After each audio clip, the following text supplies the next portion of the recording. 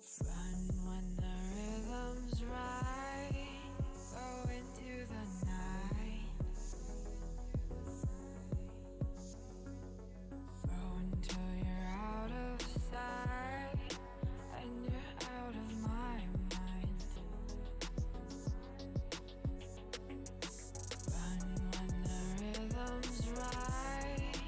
Go into the night. Floating as the river flows, easy as it goes to the ocean. So walk on by, I've got no reason to love you, but I do, I do, I do. So walk on by, I've got no reason to love you, but I do, I do, I do. Show me colors of the sky, but all I see is gray. You lost me when you lied. Promise me, but you never tried. Secrets in your eyes. You go and run, I'll hide. Show me colors of the sky, but all I see is gray. You lost me when you lied. I don't ever wanna be crowned, just another prize. It breaks my heart, heart. Breaks my heart, heart, heart, heart. Breaks my heart, heart, heart, heart. Breaks my heart, heart, heart. Breaks my heart.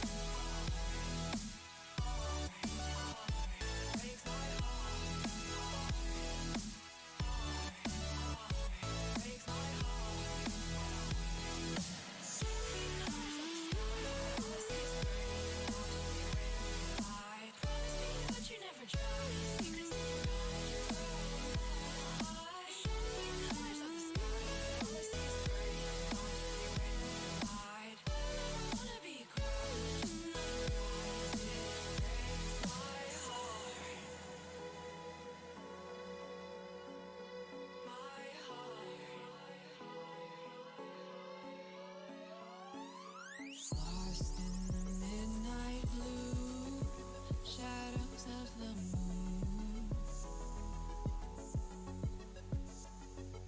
Here with open arms for you, feeling something so new. Said with me you'd reach the sun, oh but we were so young. Till the summer's done, but keep me in your heart, so I hold on. So walk on by, I've got no reason to love you, but I do, I do, I do. So walk on by, I've got no reason to love you, but I do, I do, I do. Show me colors of the sky, but all I see is gray. You lost me when you lied. Promise me, but you never tried. Secrets in your eyes. You go and run, I'll hide. Show me colors of the sky, but all I see is gray. You lost me when you lied. I don't ever wanna be crowned, just another prize. It breaks my heart. Colors of the sky, breaks my heart. All I see is colors of the sky, but all I see is colors of the sky. Colors of the sky, but all I see is colors of the sky. But all I see is colors of the sky. Colors of the sky, but all I see is colors of the sky. All I see is colors of the sky. All I see is colors of the sky.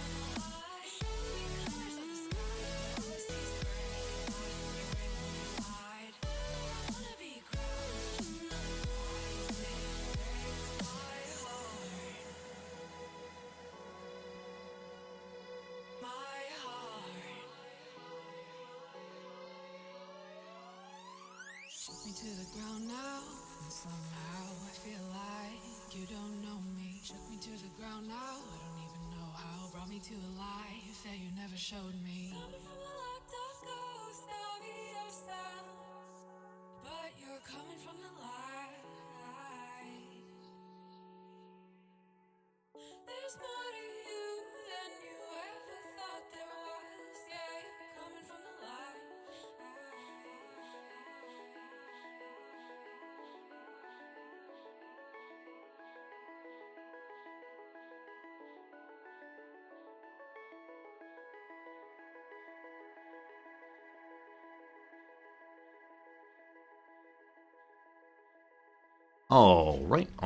All right. Good morning, good afternoon, good evening, and welcome. My name is Resorty, and to you one and all, I say we're going directly to the video game today. Here we are. Good to see you. Hello, I'm down here. Hope you're having a very good day. Things are super good here. I may have been playing CK3 throughout the evening and night, because the only way we're going to get through this playthrough, gotta get through the playthrough by the end of tomorrow's stream. We must. Or else we'll never get through it. It's good to see you, Axix. Hello, Jim. How's it going, Jack? Welcome in, Jack. Miga, welcome back. Hit People Guy, hello. Bill, hello. Glad you all are here for the continuation of this ongoing absolute march through history. As you will see, I have been busy. I have been taking things over. Is this a Lingua Franca achievements? Not intentionally, but it may end up being one, sure. No, officially this is a just survive till the end achievement. Yesterday we began this we ended the playthrough with this guy just getting to the throne. He's now 73 years old, and as you see, all of Scandinavia, most of France, most of Germany, it's been getting silly, taking over a lot of stuff. But yeah, today's a teaching day, so I can only stream for a smaller number of hours than I'd like, but we're gonna get some stuff done. I've been playing on speed 5 to knock out the hours as fast as possible. And yeah, it's been going pretty well. So hope things are going well for you also. Jim over on Discord had an awesome idea that I'm definitely going to do. As many of you know, my Friday, which is 2 days from now, is our normal Football Manager day on the stream. And I might be slightly burnt out on Football Manager right now, by which I mean I'm looking forward to the Friday stream with nothing but dread and sadness. So, that's a little bit of overstatement, but Jim had the awesome idea of why don't we play a different sport on this Football Manager Friday. And we're going to play Blood Bowl 3, which is just coming out. I have a key for it. And so we'll play that, and we'll talk about, I guess, American football, but played by orcs and goblins and elves and gosh, who knows what else. And I've never played the game, but I have seen it, and it looks really, really fun. So, yeah, if you like watching ridiculous sports played by ridiculous characters and not watching a day of football, do I have good news for you? So we'll definitely do that. Jim, thank you for the very good idea, for sure. All right, getting right into the game today, just like I said, I do want to make some progress. What can I tell you? This has been a very, very, very difficult king to play with. I always forget how bad greedy is once you're playing as a large kingdom. At a small kingdom, you go, bonus money, ha ha ha, awesome. As a larger kingdom, though, especially on succession change, things get dicey real fast. Because you will recall that the, what do we say? You'll recall that the number one way to get through succession crises is by bribing people and shifting vassals around. Unfortunately, if you send money to anyone as this king, no matter how much money you have and how much you're sending, he gets more stress. And so to maintain the throne after this guy took over as king, I got him up to stress level 2.5, and that was crazy amazing, gonna be fun. And then after taking over, which one was it? Lotharingia, maybe Western Francia, maybe Aquitaine, I can't remember, one of them. I decided, okay, we're over vassal cap, let's fix that by giving all of the other vassals we have to their correct lord. And that's fine as long as you're over vassal cap. As soon as you are no longer over vassal cap, if you continue giving vassals to the people who rightfully own them, you get more and more stress. So the vast majority of this guy's life has been spent at stress level 2, approaching stress level 3. He is now a crazy person. I don't know if it's congenital, or if it's instead a result of all the stress, or just unluckiness, or gosh, who knows what. So that has been not great. What is great, though, is that while he's stressed out, he does get extra money, which is pretty darn cool. What is also not great is that his wife has died. This is very sad. This is the wife that helped us maintain the Mongol Empire alliance, which I believe we no longer have, correct? Yeah, no more Mongol Empire alliance. We could rejoin them if we want to. They did finish taking over Georgia, which, fun and good and awesome. I suspect they're going to probably jam their way into the Byzantines or maybe up north this way. As of right now, who are they fighting? They're losing a county level conquest, probably because it's only the one county at play, and usually the Mongols take forever to get their armies where they're going. So most likely the county is occupied and they're just going to lose it. They're then winning an emirate attack in Basra over here, and they're also winning an independence war. So they're currently not expanding. They're just trying to hold on to what they got. That's their problem. We're going to keep an eye on them all the way through, but we're not helping anymore. Okay, beyond that, hello Blue Link. We did start quick today. No stories, only video games. Beyond that, what do I have to tell you all? King's crazy. Mongol wife died. The other thing is, beloved Princess Spinach, she who is intended to inherit, died from wounds. And she wasn't in our court, so I wasn't exactly sure what the wounds were. She was not on the battlefield. She has the flagellant trait. I believe she killed herself by beating herself. I'm not 100% certain on that one, but she's brutally mauled, and I don't think she had any items to be duels for. It seems unlikely she'd just go dueling for fun, so I think that she did this to herself and got a very unlucky roll. And killed herself. So that's terrible because we wanted her to be the next queen. With her gone, though, not going to happen. And I already disinherited son number 1. We could re-inherit him, I believe. I think actually is a possible move. Is it or is it not? Yes, restore their inheritance. So if we want to, we could give him the line again. I was not planning to do that because he didn't have as impressive of personal stats, only comely and robust. But he does have a bunch of children, one of whom is blind. Oh, poor Corn. What happened, poor Corn? How'd you lose your eyes? She does not know. She's blind to that fact, too. She definitely was not born sightless, though, so who knows. The other thing to say is if we maintain Spinach's line, which is what we've done right now, her number 1 son, old Scallion here, does have all the titles on him currently. So succession is safe on this dude. Is he actually any good?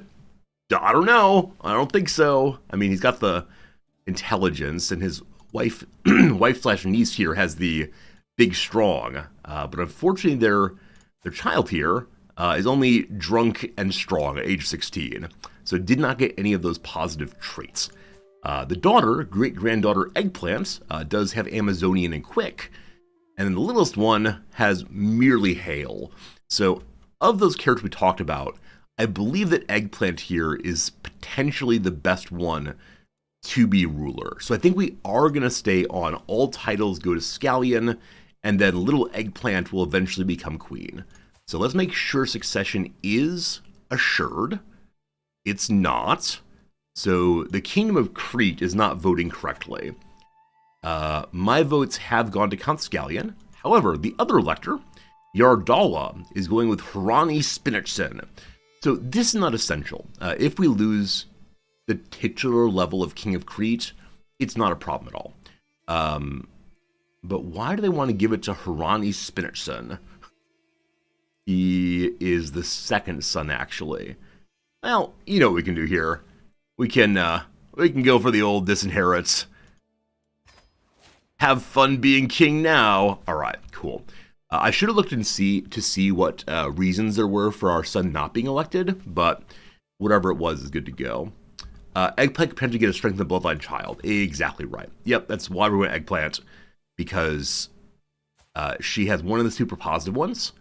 And so if we find someone with the attractiveness trait, like any level of attraction, and put it with her, that person might be able to get strength in the bloodline. And that is one of our goals. We're trying to be able to push all the buttons we haven't yet pushed here. And there aren't that many more. However, one cool thing this guy has is he can make fancy books. And so I've already done one of these while off stream. Commissioning Epic gave us, I don't know, some book that actually was not that impressive. So the only issue with writing an epic is to hire the best kind of person to write the epic. You have to take greed stress, because everything you do as a king makes you take greed stress. As of right now, we have, only 15 cap until stress level 1. Now, stress level 1 would be absolutely fine. When do I get my next hunt? 4 years. I don't know if feasts necessarily remove much stress from a king like this. I think you actually take a stress hit to host a feast, because you're spending money on it. So we'll hold off on commissioning the epic until his stress is a little lower again. Hopefully. All right, we're currently involved in 3 wars. When we took over Aquitaine and West Francia, we expanded very, very quickly. The king of Aquitaine is a Catholic. He would not give up his throne, and so we need to take that from him by force. And that's what's happening right now. Simultaneously, all of this is good and Catholic, as you see. And so throughout all of our Catholic territories, the peasants got together and said, we refuse to support a non-Catholic king. And so we have a big old peasant war going as well. That peasant war is supported actually by 2 rulers, the king of Aquitaine and the Duke of Languedoc, down here apparently. And so they'll be losing their titles as well for helping out the peasants. And what is the last war going? Oh, there's this peasant uprising. It's been going for 2 years. I can't find them. So apparently they're over in Kiev. This might be why I couldn't find them, is they're not where I expected them to be. There they are. All right, so I looked all around the empire trying to find this little group and just could not. We'll have to go deal with them presently because very easy to win. And then our last current war is up here. We're in the process of taking this top tip part of Scandinavia. I actually started this war before the European Peasant War started. And so this is just levies marching on up here, seizing things very, very, very slowly. But don't worry, we'll win all these wars. We'll get such a wonderful bonus for having many, many offensive wars going at once. And everything is perfect and good. Don't you worry. Alright, so we'll have this army fall back and help with finishing the siege. As right now, it is plus 96%. We hold half of it. And so we are getting some, not getting ticking war score yet. We'll get it at the same time we finish the siege, though. So that's good to go there. And then we see we have a large peasant stack up this way. This peasant stack is one led by 2 random commanders, not by the leader of the faction. But we'll want to drop back on that. So as of right now, I have a stack right here that's attacking this Aquitanian army. And then this stack here just finished sieging. I'm going to invite them to go back and beat up the peasants. And then when that's done, we'll have this army head down towards capital again. So everything is good. No worries at all. The group in the far north, after they win their war, is going to head down to Kiev and hopefully deal with those peasants. Y'all are starving, so let's go ahead and spread out here. Each of these supports just over 10,000, so we'll have to split 3 or 4 times. That's just fine. I hope you're all having very good days. I realize I've modified how stream normally works by just showing up and playing games instead of chit-chatting straight away. I have no big stories today, unfortunately. Yesterday night was a night of just hanging out and doing great in. Okay, all those will fill up just fine. Yeah, it was a good night, though. It was a good night, though. Slept pretty well. Feeling good and refreshed and ready to get some wins in CK3. Like I said, I'm going to try to play a lot of today on Speed 5. Wars are absolutely terrifying at Speed 5, but it is the way to get things done. All right, so we have a couple occasions occurring simultaneously.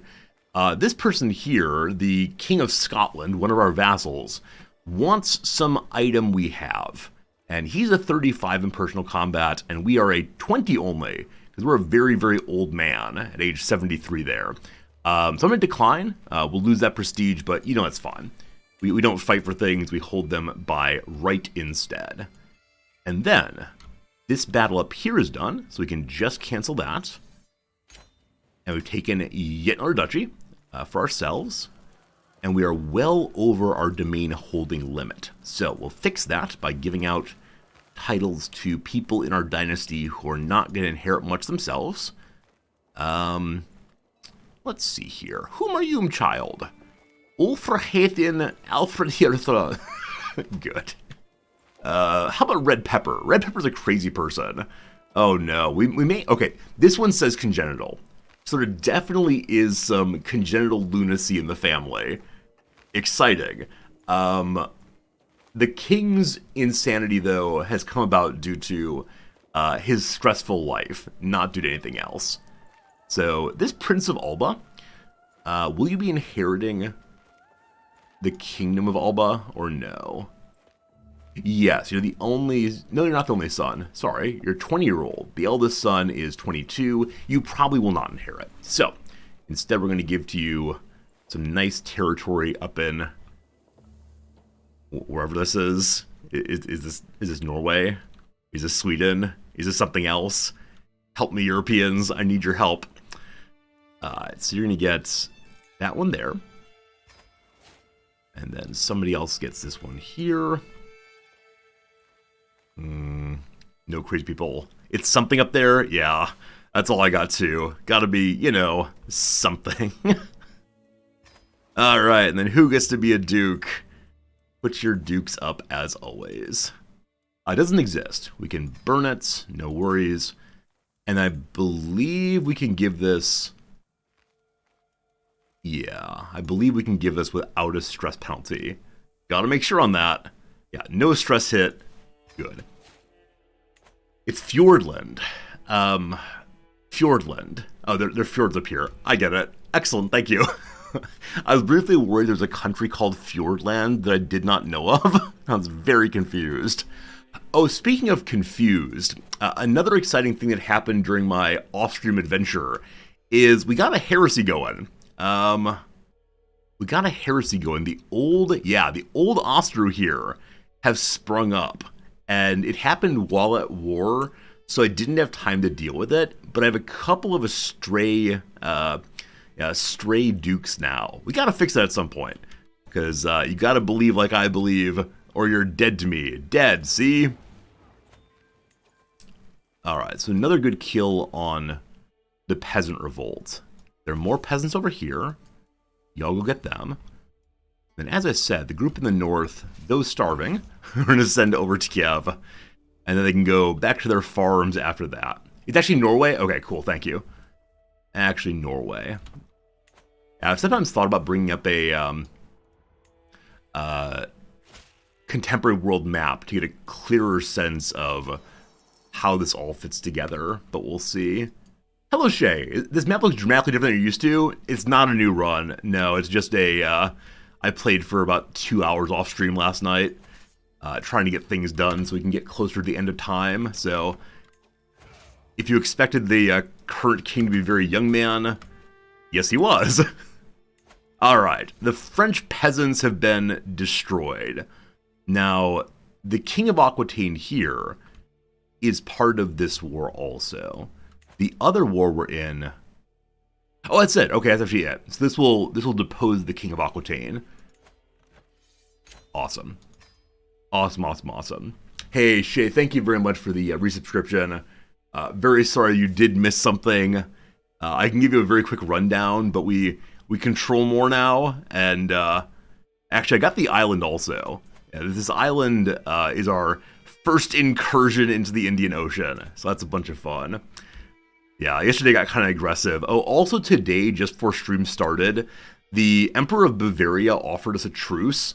So, the Emperor of Bavaria is a cowardly lackey, and I believe it's the case that we will be saying hello to Bavaria as part of us very soon. We'll see. What's up, Fernanthus? Hope you're having a good day, my friend. Okay, so that war is done also. The only war that remains is the peasant one over in Kiev. So, hello, King Humbert. You made a terrible mistake by rising against me. Right. I can't take his title yet because we have a truce with him from when we incorporated him as part of our empire. So we can't take his title quite yet. Soon though we will. Soon. The other people with titles, Leader Pierre has a tremendous amount of money. I don't think I can banish him and take it. No, he gets to keep his money. So I was considering trying to find a way to turn my king into a cruel man so he could get stress reduction by dealing with prisoners. I don't know of a way to do that though. So unfortunately we have to just continue dealing with very high stress on this poor, greedy, temperate, arrogant fellow. This duke we do not have a truce with, so I can go ahead and take his title. Cool. Hey, Slivers, how's it going, my friend? Hope you're having a very nice day. And then I don't believe anybody else here is... I was going to say no one else has landed. Not quite true. So I can't take the mayor's title because he is not my vassal. He's a vassal of Aquitaine. So if I were to release him, he would just go back to his business. He's a murderer. That's not fun. Oh, speaking of which, this king is accidentally a familial kinslayer. I pushed the execute everybody button without seeing that there was someone in the dynasty in there. Whoops. This king has made a bunch of mistakes. This is the problem with playing on speed 5. I'm just going to ransom him out. He's just a mayor. That is fine. And the Prince of Aquitaine is surely worth big money. So the reason I'm going through slowly instead of... the reason I'm going through slowly instead of just releasing everybody is because I need to keep the King of Aquitaine in there until I can steal his titles. Hey, Slivers. You played Crusader Kings the board game on Saturday night. Oh, a family, you know, played CK the board game Saturday night. How is that? I cannot imagine how CK becomes a board game. I mean, obviously there's a lot going on in it. Obviously, a game that might have strategic possibilities. But how does it go when you're playing as the board game? All right. This guy has no money, so he has die. He's from a family that's part of the Poitou line, but no worries. And then you're being executed also. On pause for a moment. This army goes away too. We're now positive 137 money a month. That said, my beloved king does not care. He wants more. All right. Where is the other war here? It's here. Someone is scheming against us. Interesting. We don't know what the scheme is. We'll find out soon enough. The CK board game is made by Paradox. Oh, is it? Okay, if it's made by Paradox, I assume it's pretty awesome. Our starving pile of troops defeated the peasants, and for the first time in a long time, we're not at war. However, someone wants more war. Yeah, I definitely agree this king has not been the very best of kings. King of France is indeed of our religion. He is surely French, and he dislikes a whole bunch of things. Oh, we're not the rightful liege. We haven't created the Empire of Francia. We should definitely do that. But what are you good at? You're good at the learning stuff. So this Duchess Stefiana is a Duchess of Spoleto, which is a pretty big power. She's a decent steward. So, yeah, we're going to move her over to Stewardville. How do we do that? I briefly forgot how to reappoint. Yeah, just scroll down here, we'll do it. So she is a what in stewardship? 13. Down to 13 we go. And it was Duchess Stefiana. Or can you not reassign your Rixgothi? I think you can't reassign your Rixgothi directly. So if we move you out, we can then add her here, I believe. Or is she no longer a large vassal? She may no longer be a large vassal. So, unfortunately, the King of Sweden does not fit on the council with those hot trash abilities. So, let's make him love us in some other way. Alright. This Duke, not feeling good. Not feeling good at all. And I believe that none of it is currently resolvable. Over domain limit is actually easily fixed. Let's do that first. Holy moly, we are. We just took a whole duchy over. So, yeah. Oh, found some more Christian knights. Out they go. Okay. So, looking for people or a family who are not going to inherit. My sister-in-law. She's a giant and a witch. Seems like my kind of person. Alright, then I'll be here.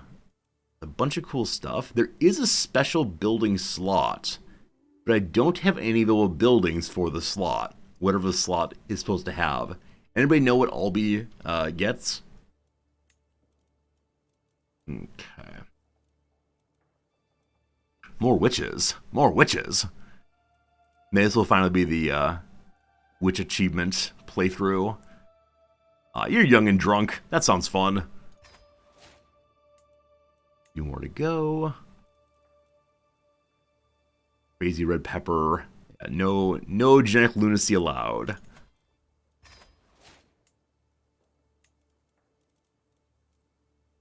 Saga? Nice name. This does feel like I'm just throwing darts at a board with everyone's name on it. Just looking for no especially problematic traits. You're a berserker. That'd be awesome. Okay, we're still one above. And I think that one above issue will go away when this drops off. So for the next 2 years, we have way too much furniture. I don't recall exactly why we bought all the furniture. It was something to do with burning off stress. Like I said, the majority of this king's life has just been trying to stress burn. So, yeah. Oh, Abernathy, I was definitely joking about the witch thing. Yeah, there's no way we're getting the witch thing. We have way too many family members. But thought it might be funny to think about. Alright. Our wife is already focused on helping with the domain, unfortunately. Can I deal with people hating me for just 2 more years? I bet so. I didn't give away the duchy yet. Nope. That is true. Thank you. Alright, goes to you. My wonderful vassal, cousin, something. With love and Heimdall's vigilance. What a great motto that is. My family needs a motto. Do any of your families have mottos? I don't want you to tell me what they are for fear that you dox yourself. But my grandfather's family, which is not my family name, don't worry, is Gordon, and they had some like tartan pattern up on the wall in their house and like a motto and so on. The family Gordon. All right, so this new faction against us. There's an independence faction that is in beginning. Our grandson here wants independence, despite the fact that he loves us as much as you can. So that's a little surprising. Your family motto is, what's a motto? Nothing. What's a motto you? Fernandez, thank you for playing along. It's always the best. English Catholic populace. These are ones we just beat the dickens out of. Should remain weak enough that they'll go away entirely. And then another Liberty faction. Hello, Liberty faction. How on earth do we fix you? So one further problem is this king does not have that many children. However, he did produce 2 more kids with his concubine, I believe. And so we can use these as bargaining chips.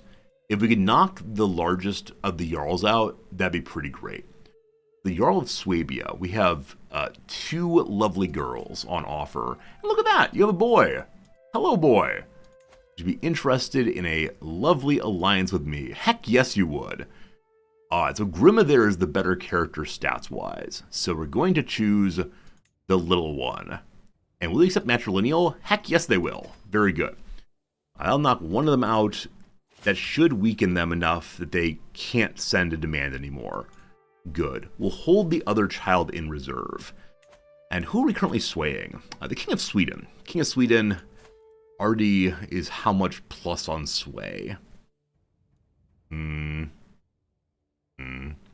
Plus 50. I think that's all you can have from swaying. That may not be true. So we'll go ahead and wait out one more and see. But everything is stable for the moment. Then we need to work on swaying other people on the council. And we need our King Dieter to send out some more good news. And speaking of which, we now need to find the people who are our vassals, who are the wrong religion, and surely fix that.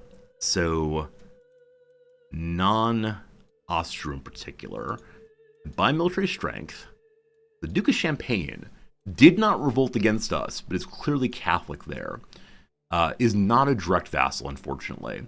So I can ask him to convert, he might do so. Under normal conditions, I would just give him some money, but as you see here, if I just give him some money, we gain 30 stress for every single pile of money we send out. And that is insane. That is so much stress. So, yeah, we gotta be a king that rules by fear, unfortunately. So for now, I'll ask him to convert, and if he doesn't, that'll be unfortunate, but that's all right. It is the case that his king is our religion, so we're good to go there. I'm actually going to direct vassals first.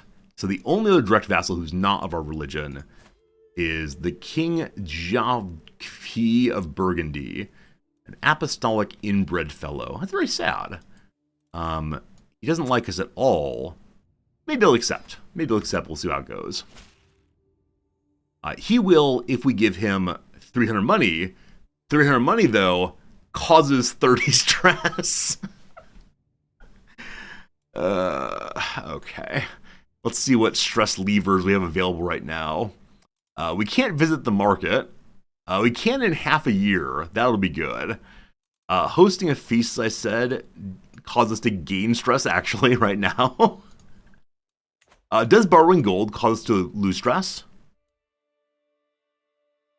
Unfortunately, it does not. Yeah, getting gold is nice, but there is no stress loss, unfortunately. It makes sense that it would. Stealing gold might do it. Borrowing gold, unfortunately, does not. Hunts available 3 years' time. Yeah, I think there's absolute... Well, maybe... This won't help with stress, but I should check this anyway. And see if anybody here has Christians in their midst. Yomes Vikings. The Order of Alcantara. I have some suspicions. That's going to go. Okay. That's Clairvaux. There's a big Cistercian monastery. The feast gives 4 stress for now, but it should decrease when you finish it.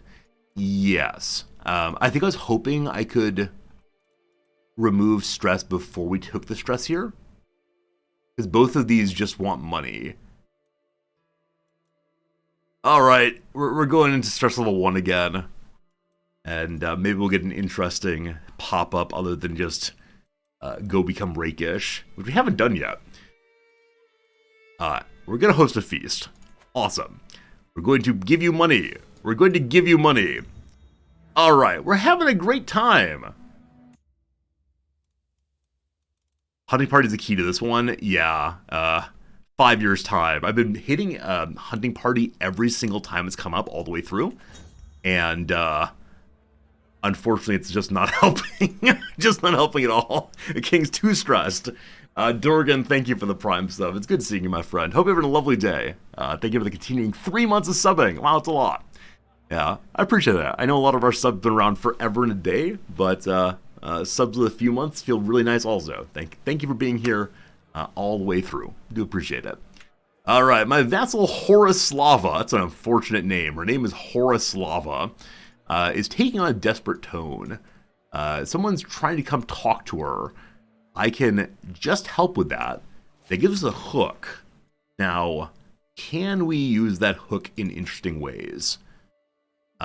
She'll dislike us, or she'll like us less if we do this, but I put her on that throne, I believe. Yeah. So she has positive 50 for a very, very long time. Cool. So pie is good. Hook is good. I wish that increasing her taxation would lower our stress. But no. But no.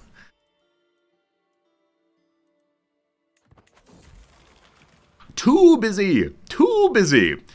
Alright. So we can begin beating ourselves. This was the preferred stress method of our father, I believe. And it gives a slight health penalty for doing this. We're in okay shape right now because we are in the medical tree as usual. And we have all of the medical items equipped. If we add a slight bit of health penalty, we should be fine. Or we can just go buy more stuff and just maintain the profligate trait. So we'll go ahead and buy a coat. And then there's no more wine. Now, usually I would use my 5,700 cash money to go and buy some more things. But no. We have to take up a collection. Pass the hat for more wine. And then someone is trying to kill us. What? Whoever it is unlikely to pull it off. I mean, whoever it is absolutely right to be doing so. I cannot wait till this king is dead. I'm unwilling to push the forbidden button down here. But when he dies, it'll be good. And yeah, choice of succession died also. It has been a difficult time. Alright, so with the feast ending, we do not lose stress. Yeah, definitely going or creating one's own feast is just stress introducing for the character. Now, with that said, I believe Eager Reveler has a stress modifier. It does not. It does not. Alright, very good. Very good. And like I said before, my sense is that the greed trait is the worst in the world for large kings. Alright, somebody wants to make me a chest. A master chest maker. I can spend money this way. I believe that there are events during the construction, though, that will cause more stress if I give her more money. That's fine. Is it worth stressing him to death? It might be. I guess my current hope, and perhaps this is ridiculous, my current hope is that we can somehow keep this guy alive long enough to get all the large vassals to like him enough that the next king or emperor will not have substantial penalties on him for being hated, or his father hated also, or grandfather in this case. I'm just thinking entirely about what happens to the next guy.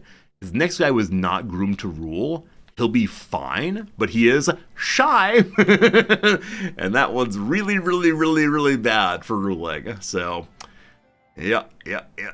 We're gonna make it work. Don't you worry, team. It's all gonna be great. Okay. More buildings, more good. I'm glad we can build without getting stress. Hey, we discovered sappers. That's great. That does speed up sieging, doesn't it? Yeah, sappers. Siege phase time is 10% faster. Cool. So, video game is encouraging us to do the condottieri next, which makes mercenaries cheaper and many more mercenaries. That's kind of boring. I think we'll go back to the macrolizations there. Is diplomacy on domestic? Almost certain it is. So we'll see if it is, though. Yeah, Chancellor's on domestic affairs already. Yep. An omen. Alright, so as you recall, someone is trying to murder us, we know. And then a local mystic came on by with blood on his hands. The signs are in your favor, my lord. I spilled the intestines of a hen and blood showed me your future. It is glorious. Alright, so we are having a good omen. Bonus to health. I think this also increases the chance of the murder succeeding. Maybe. I thought that omens lead your character to act either more suspiciously or less less vigilantly. One moment I'll be with you. This person wants their child back. We're cool with that. And then Emir Yasid, of some very, very small population not too far away, wants to be our friend. Unfortunately, in trying to gain friends, we get even more stressed out. Why is that? I don't know. Maybe because we're arrogant and believe we don't need any friends at all. I'll just say, please go away. Avo, how's it going, my friend? 3 months on this sway. We'll see if 50 is the cap. I believe it is. And then I want to attack Bavaria. Like, this is the next big goal, but I just need to be stable for a little while. So back to 100, and then sway can go even higher. So sway is now plus 74, so more sways do keep stacking farther and farther. With that in mind, the large vassals are largely cool. What is this? What is this broken eggshell of a human? So the King of Aquitaine died in our prison. We're tending to hold him there until he's ready for his title to be stolen. Now, give me your title, child. We have to fight again? We just destroyed you before. Alright, so if we were to just ask him to change religions, he might accept. I'd like to take more land away from the Carlings, of course. Like, fewer Carlings on thrones, good. But if I'm going to fight him, he has no allies yet, thank goodness. He could develop an allyship very quickly with someone, possibly with Bavaria. But for the moment, what other vassals are big cranky? Allegedly King of Sweden. And then no one there. 5 here. So like it says, other ones could rise up against us. I believe we can fight all of these vassals at once if we need to. Okay. So because of that, I am going to go ahead and seize his titles. All of them.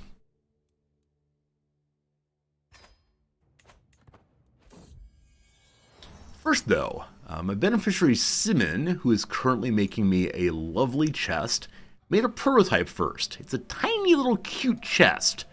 So I can smash it and get some money, or I can set its charming instead, and we get a little cute miniature chest for cheaper building constructions. Give me my money!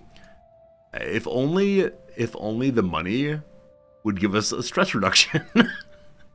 Alright, cool. Thus far, only the King of Aquitaine is against us. Awesome. Awesome. So, hopefully we can smash him quickly. It looks like the dukes that are in his territory are not coming along as well. We're now burning quite a bit of cash a month. This poor king does not have the war income bonus. However, our spymaster has died. Alright, the big vassals, not good at the spying, though they like me just fine, thank goodness. The Earl of Wessex likes me just fine and is a decent spymaster. Let's do that. And now here we go. All right, our stress. Our lovely carpenter would like some help. If we say, here's some suggestions, we get stress. If we say, here's suggestions based on my background, we get some stress. Or she knows what she's doing, we get stress because we're arrogant. So which flavor of stress do you want? I'll go with diplomacy, because that stress could give us a better item. And it does. Hooray, better items. Yeah, like I said on yesterday's stream, it is the case that our military is too large for our economy. And it may be the case they're heading towards capital. If so, we'll definitely turn around and... Are you really? Are you... Okay, as of right now, they're going into Wales, and that's alright. Our friend died. Gain more stress. Gain more stress.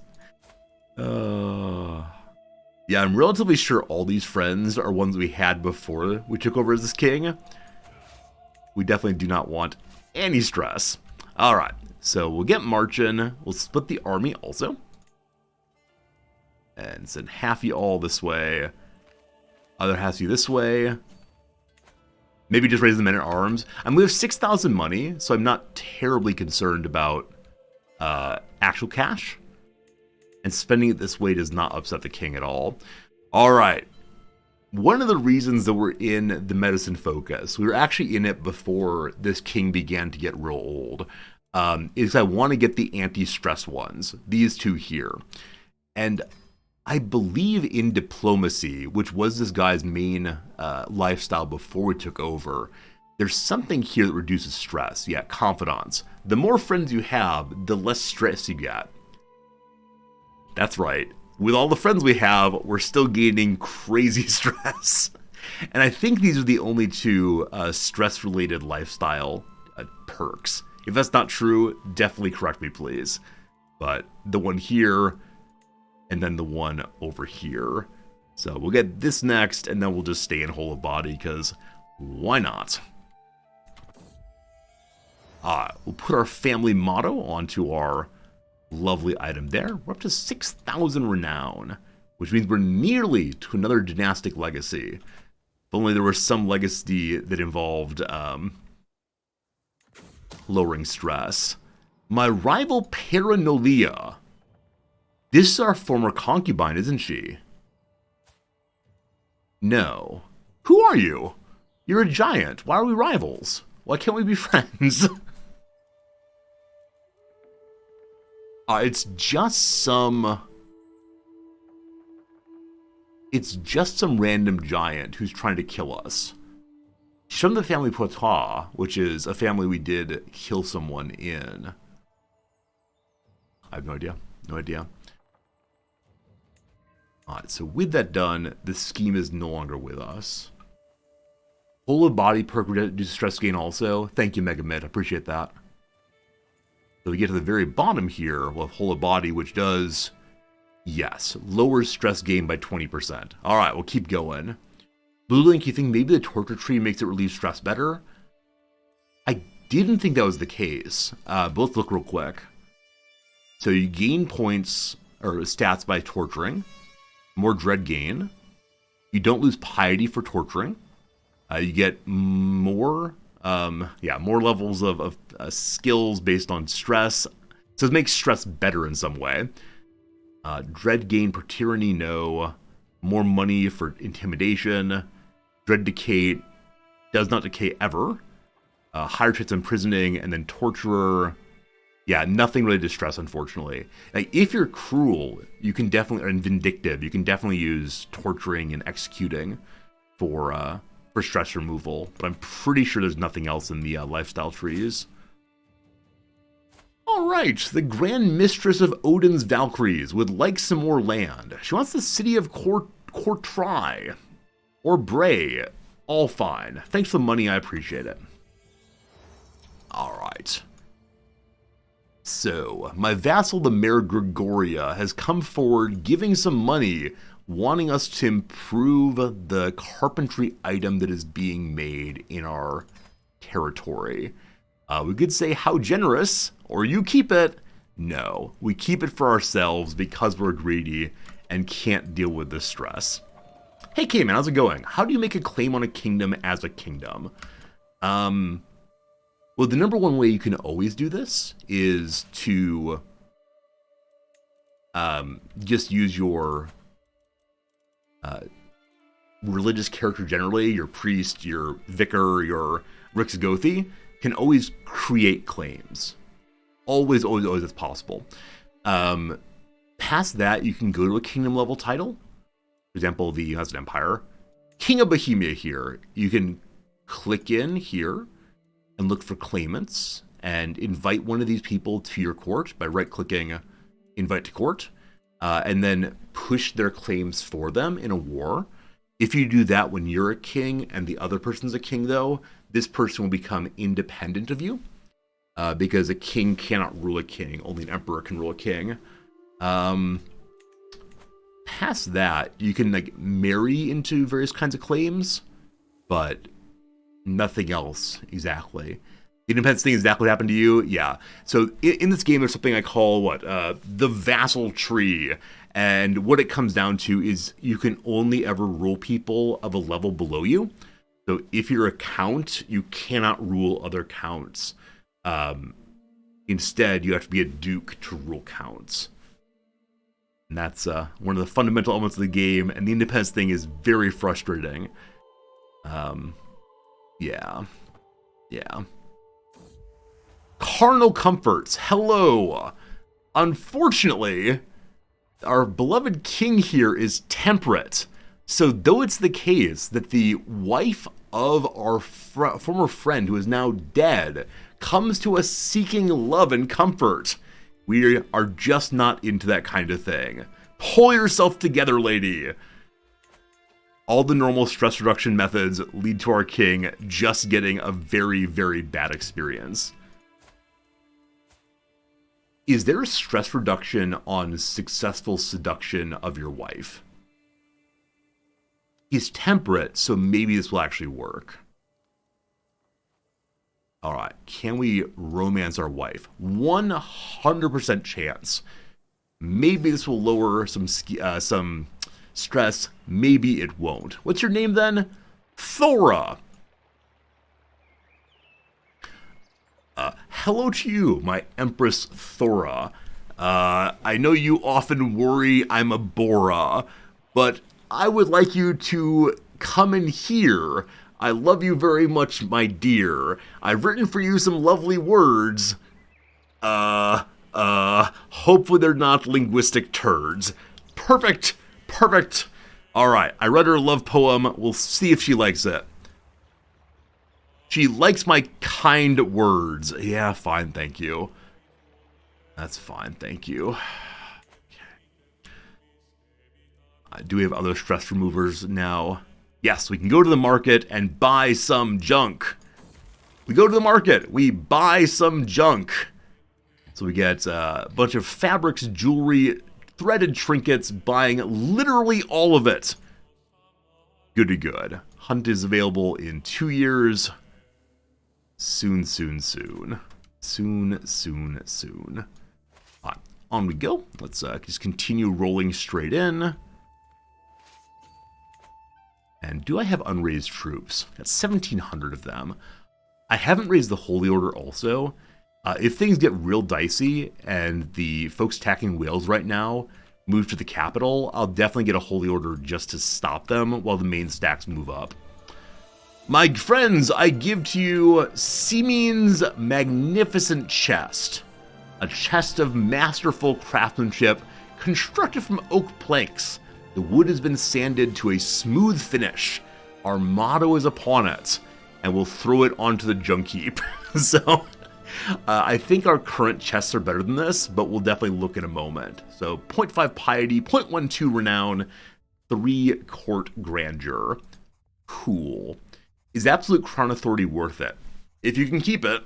I mean, I think for me in this game, it's always better to get more money. It's always better to get more troops if you're able to keep everything together. And it's one of these delicate balances that you figure out by playing more. You can push your vassals to a certain point if you know you're rich enough and strong enough to fight them off when they say, you have to lower my taxes. At this point, we've been riding on absolute crown authority for, I don't know, 200 years or so, but we've had a couple of kind of dicey moments on the way. All right. I'll check out that item in just a moment. For the moment, though, I'd like to say because you did a good job, we'll make you a permanent portion of our court. And you will repair things for me in the future. I have no idea why my court gesture slot's open. We definitely need one of those to bring up the possibility of stress reduction events. No poets, probably. You don't really need a bodyguard, but we'll set one up anyway. And I think we have a second artificer. Yes.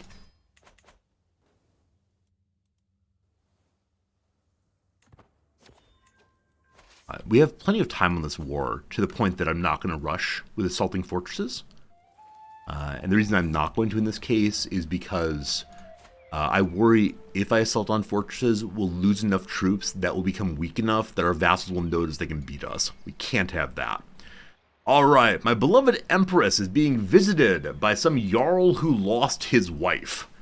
He is an older man, 17 years old, 17 prowess. I'm an even older man, but 16 prowess nonetheless. So we can have a duel. I could win. I can poison him, or I can just give him money. If I do that, we get more stress. Well, time to duel. 60-40. It seems like I underestimated it. My defeat at his hands was painful and embarrassing both. Luckily, my wife was not there, so I can spend some prestige, or I can make him my rival. We do not need more rivals right now.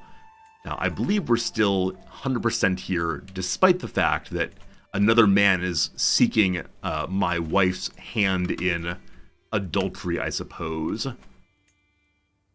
Once more with the prisoners. Hey, our concubine's pregnant.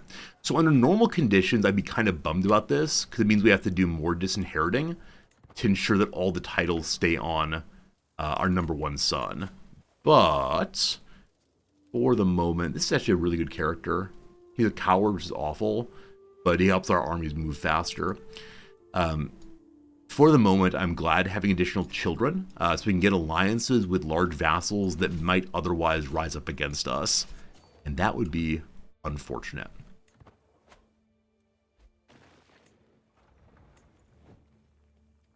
The group is starving here. I'll have to refill them in a moment. I did set primogeniture on the last king. The issue is I have a couple of other titles that are on Scandinavian elective still. I just need to shift off of that.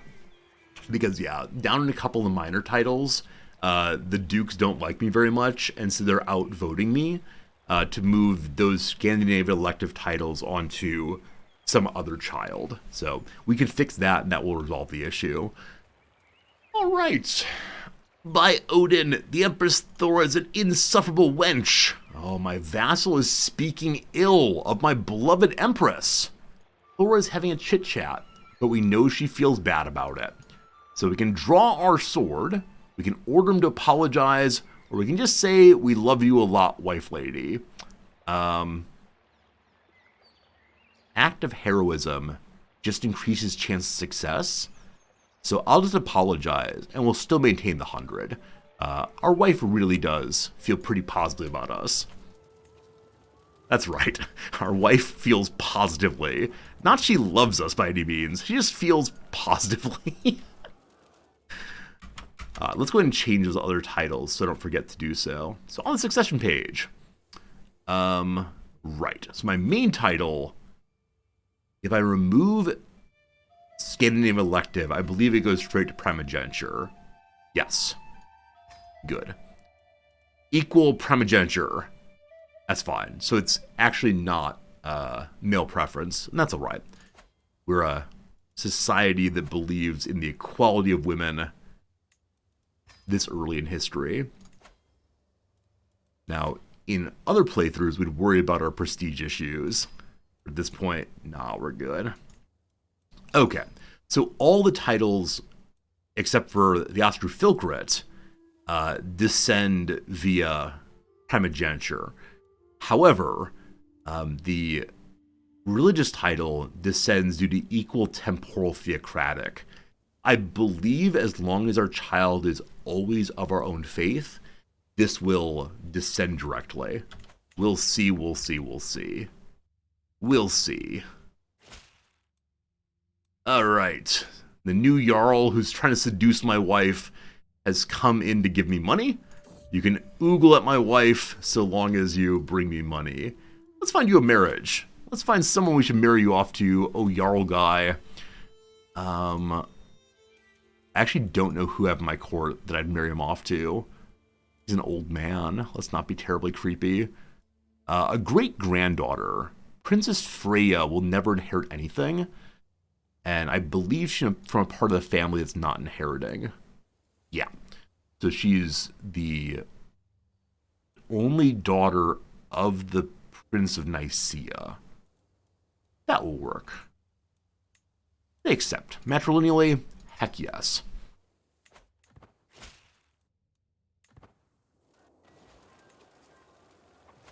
Okay, I know I said I was going to drop back and refill the food buckets. The Vikings fight fiercely, even with no food in their stomachs. Alright, the romancing continues. And Fagin here next insults my wife. Outrageous. Were we a younger man, we'd bash his head in. As an older man, we'll just reaffirm our wife's love and beauty and all that good stuff. The Count of Samira is interested in having a further alliance with us because he's my nephew. Oh, it's inside the Mongol Empire. Yeah, I mean, that's cool and all. I'm going to say no. If he eventually becomes the Khan, then I might say yes. But for right now, the Khan's merely our brother-in-law. How's he doing out here? Oh, he's still looking pretty big and beefy. He's winning against one peasant uprising. He's losing against the other one. We'll see, we'll see. As an older man, couldn't I have someone else bash his head in? I wish I could. I don't know how to use your personal champion, though. I think the personal champion may only be usable if you're, in fact, pregnant. Or perhaps very, very, very old. Speaking of very old, beloved Scallion. Beloved Scallion has caught the pneumonia. Okay, I think, yeah. Scallion is the intended heir. Please don't do this. I cannot help him with this. He's in the court of our grandson, the King of Nicaea. So hopefully he has a doctor on hand. Good luck, Scallion. Need you to live through that thing. You're only 40. You're going to be just fine. Bordeaux has been taken. We can end the war. I will do that. Aquitaine has no cash left, so we can't bleed him dry. And so, and so, and so. Just end the war. So Aquitaine is part of us again. And their king has been imprisoned. I can now take his titles. The things you have to do, take titles from a child. Oh, his holdings are under siege. Let's unpause for brief seconds. With that done, can I take his titles now? There we go. There we don't go. So I take up to his Jarldom, but somewhere in the kingdom there's some problems. Can we find where in the kingdom something is under siege or occupied? I think it's over here. So though the king himself does not have any wars going, there's a war going among his dukes. And for so long as his dukes are in war, I'm not able to do much. So he gets to live in the prison for a little while. And then, we're thinking about our beautiful empress. Sleep does not come, and so instead I go and spy on her. And someone's sneaking into her home. I go on in. In there a struggle's occurring. I hoist myself in, a gleaming blade between my beautiful, beautiful full of Herpes' wife. And we have a fight. We push down the villain. It's all a blur. She throws herself into my arm. And we are now truly soulmates. And that does not give us stress reduction. Son of a gun. Hey, speaking of which, speaking of soulmates, some other person gives us a child. Hello, Ragnar. That's a great name. Unfortunately, you are born of the family vegetable, and so you get a new vegetable name. What name we not used recently? I'm still saving Beet for the perfect child whenever they come along. So we're going to call you... We had rutabagas. We haven't had a radish in a while. Tomato? Tomato's not a vegetable. Tomato's not a vegetable. You can be used for marriages, though. Son of a gun! Today, with the passing of Scallion, the future of man in the Isles has changed its course. We'll never know what kind of emperor he would have become, or if his death was a blessing or a curse on this empire. This king is the most unlucky man of all time. This is the second inheriting character to have died. One by beating herself, the second one via the terrible situation of pneumonia. Unfortunate. So I'll have to figure that out now. Use ninjin, the garlic, we could do that. Shallot, turnip. Denga like turnip. We'll keep that one in mind for the next time through. Alright, time to find a new heir. So the game's suggestion of a new heir is the Count of Salerno, a drunk who's our great-grandson. I believe we want Eggplant on the throne here. Though she's only 9 years old, we're going to jump a whole bunch of generations to get her there. So, Count Hillisle. Oh, Ninja is carrot, thank you. Garlic is Niniku.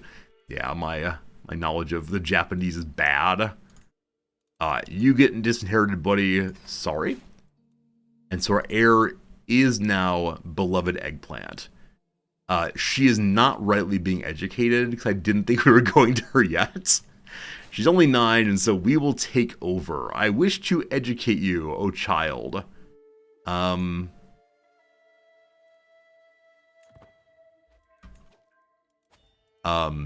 She's wandering freely.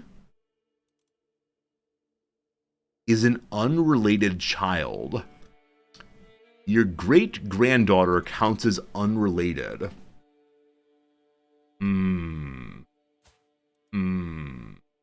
Can I invite my niece to our court? I can't. She's hanging out in Ireland. Are we going to have to go destroy Ireland to get our family back? I think that might be our next goal, unfortunately. Alright, another dead spy master. How does this keep happening? What's going on? Hirani Spinachson, you get chosen this day. That's no good. So if I can't ask her to be our ward, and I can't, send her to university, we got some problems. Okay, this won't work, actually. I was about to say we could arrange a marriage and bring her to our court that way, but betrothal does not force them into your court. So, I think we gotta destroy Ireland. And there's no guarantees that she is actually in Ireland. She may be a character who is, like, in the ether somewhere. That's alright. Alright. Hunting is 1 year's time still. Commissioning an epic, wait for lower stress. Hello, Ireland. I'm not planning to destroy you yet. If I destroy Ireland, I will probably forget to unland Aquitaine. Like I said earlier, we could just convert the King of Aquitaine and marry him off to one of our people and hope he lives long enough to produce a child. Now, if that happens, it would be guaranteeing feebleness in the line of Aquitaine for a very long time. And that's not one of those traits you want to encourage. Okay, nothing's occupied anymore. We are now the King of Aquitaine. Good stuff. Good stuff. Alright, boy, I'm sorry. One less cardling in the world. Good. And then Aubergine. I don't know who you are. But you are... Wait, your name... Oh, it's not Aubergine. I thought her name was Aubergine because I'm always looking for vegetables now. No. I was amazed there's an Aubergine not in our family, but no. Alright. Empty the dungeons. Empty those dungeons. And then we go ahead and give away some titles. However, we now are directly the liege of all the Dukes of Aquitaine. So we want to use some magic abilities to convince them that they should join our religion. And if they don't, we'll take their land as well. Hello, Alphonse.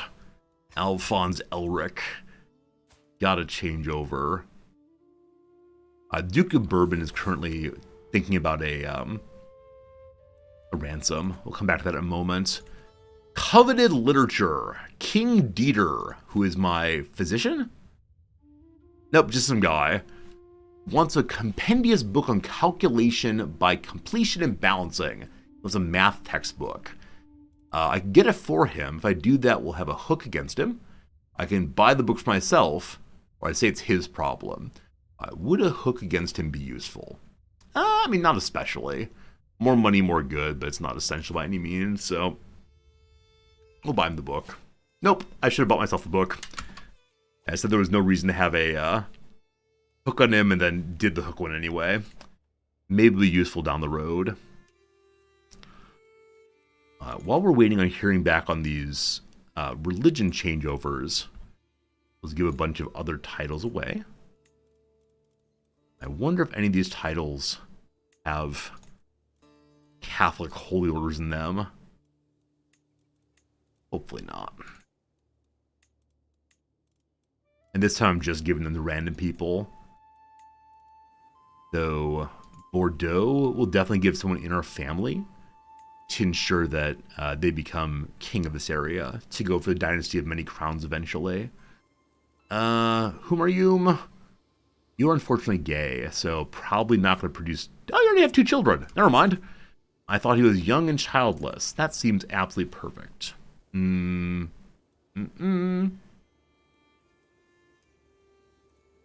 that you, Daikon? No. Thorgless? Yes. Cool. Still well over random castles.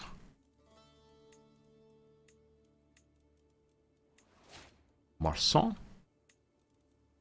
Give to you heir to get her here. Give to you heir to get her here. Endrin, I'm not sure what you're saying, unfortunately. I'm guessing you're talking about the gal that I want to be the next empress. But I'm not entirely sure what you're encouraging me to do right now. And then the fellow in Bordeaux gets to be the king. Congrats. There you go. Okay. Oh, give her lands to bring her to my territory. I understand what you're saying. Okay. If I give her land, good to go. Alright, so I could give a hook to convert this guy. Not doing that, too much stress. So, I already gave him away now. I already created the kingdom, so we'll have to wait for our new vassal to figure out their religious issues. Again, hooks, no. Okay. All of our counselors are busy except for our marshal, so we'll continue fixing the control problems, and gosh, there are many. Work on the expensive parts of Aquitaine first. Yeah, we've gone from 160,000 troops to only 127,000. It's still more than enough, but... Oh man, so many items to repair. So many items.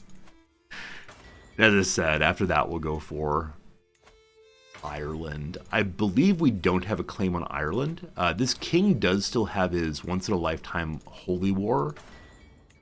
Kingdom invasion. He has not thrown a great holy war yet, though we're still on the cooldown from the last king doing so. we have used our once-in-a-lifetime non-Holy War conquest. And that is the one that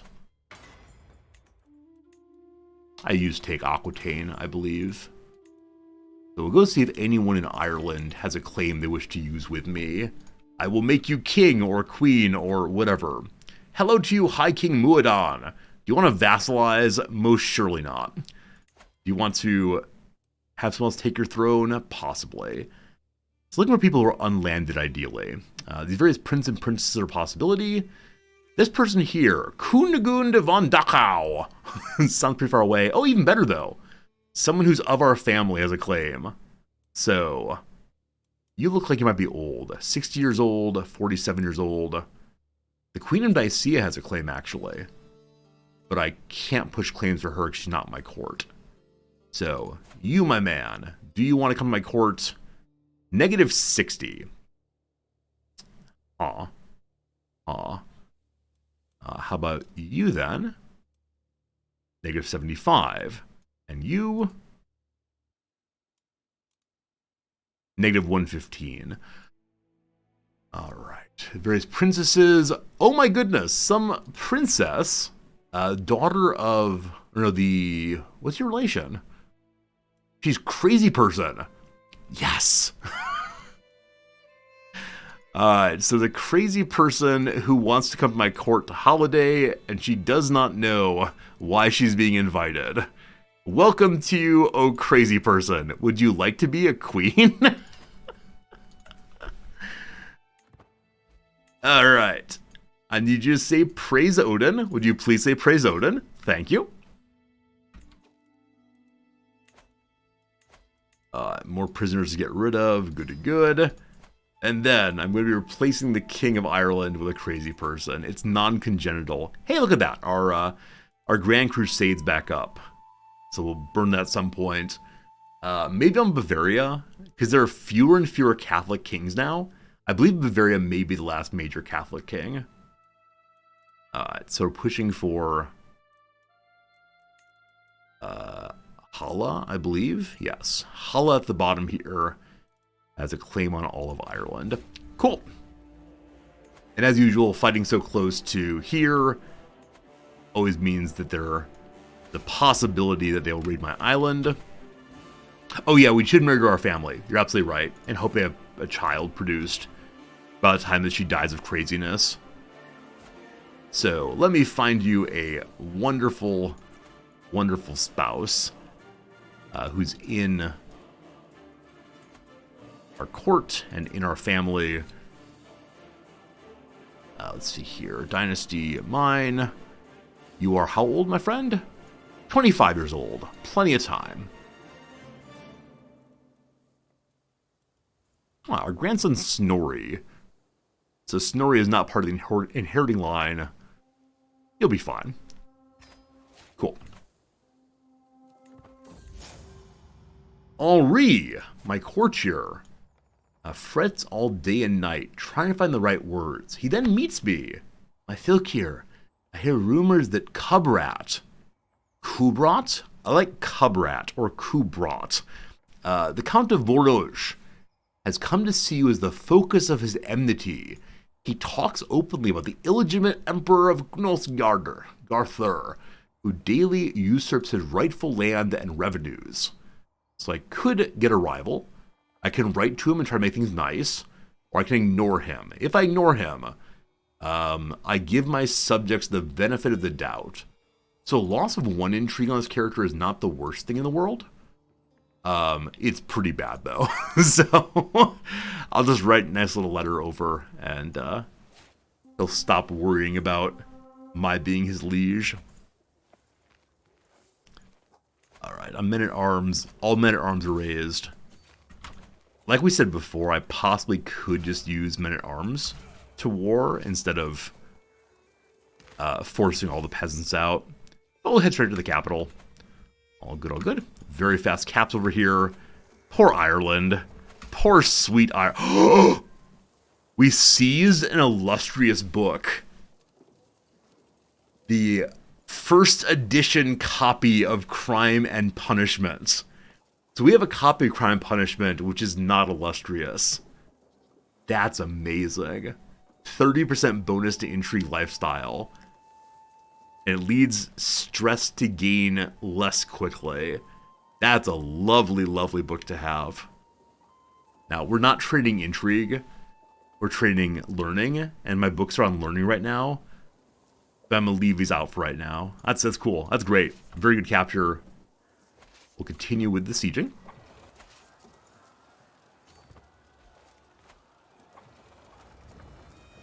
Pretty sure Dostoevsky is not written yet. I mean, you're not wrong. I think it's just one of those cases where the titles happen to be the same, as opposed to it being, what year is it? 1277, Dostoevsky. Why is there a noise inside my cabinet? Oh, we forgot to go and check and see. Oh, that's great. More orchids. We forgot to go check and see if the cabinet we just made is better than our current ones. I don't think it is. Someone's in my cabinet. Is a spirit? A sprite? It bursts open. It's my jester. Hello, jester. She's flailing her arms. Beware the French cabinet ghost. I've come to make you laugh. She screams gleefully. I can say, ha-ha. I can say you might be an assassin, or we hide her inside the cabinet forever. No, no, no. We say, ha-ha, big fun. Stress removal good. We're under stress level 1. Finally, finally, finally.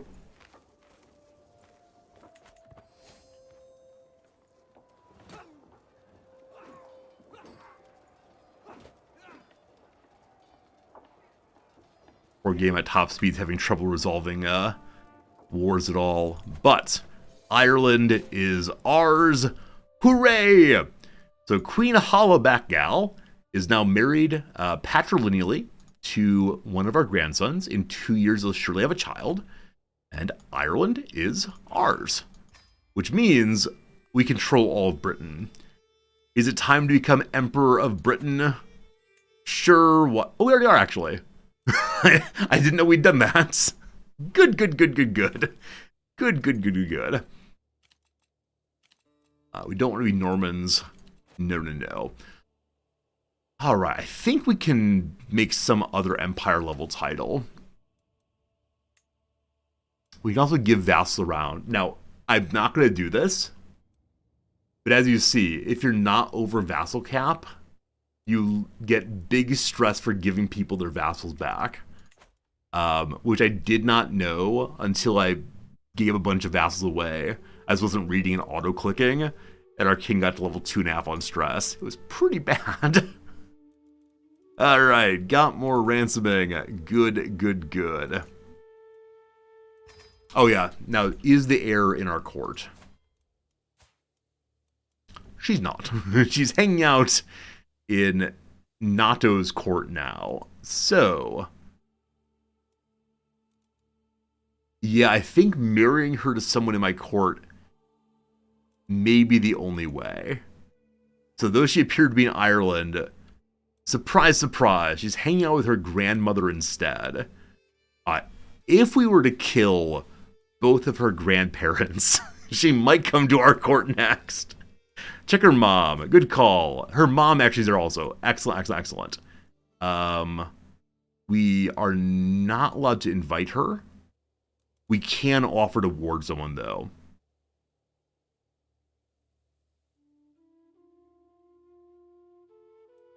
Offer guardianship? Me. Her. Thank you. I actually forgot that her mother was still alive. This will do it. So we are now looking after our heir. We're happy to accept your proposed occasion arrangement. A noble upbringing for a noble spirit. Good, good, good. And now we can send her to university, correct?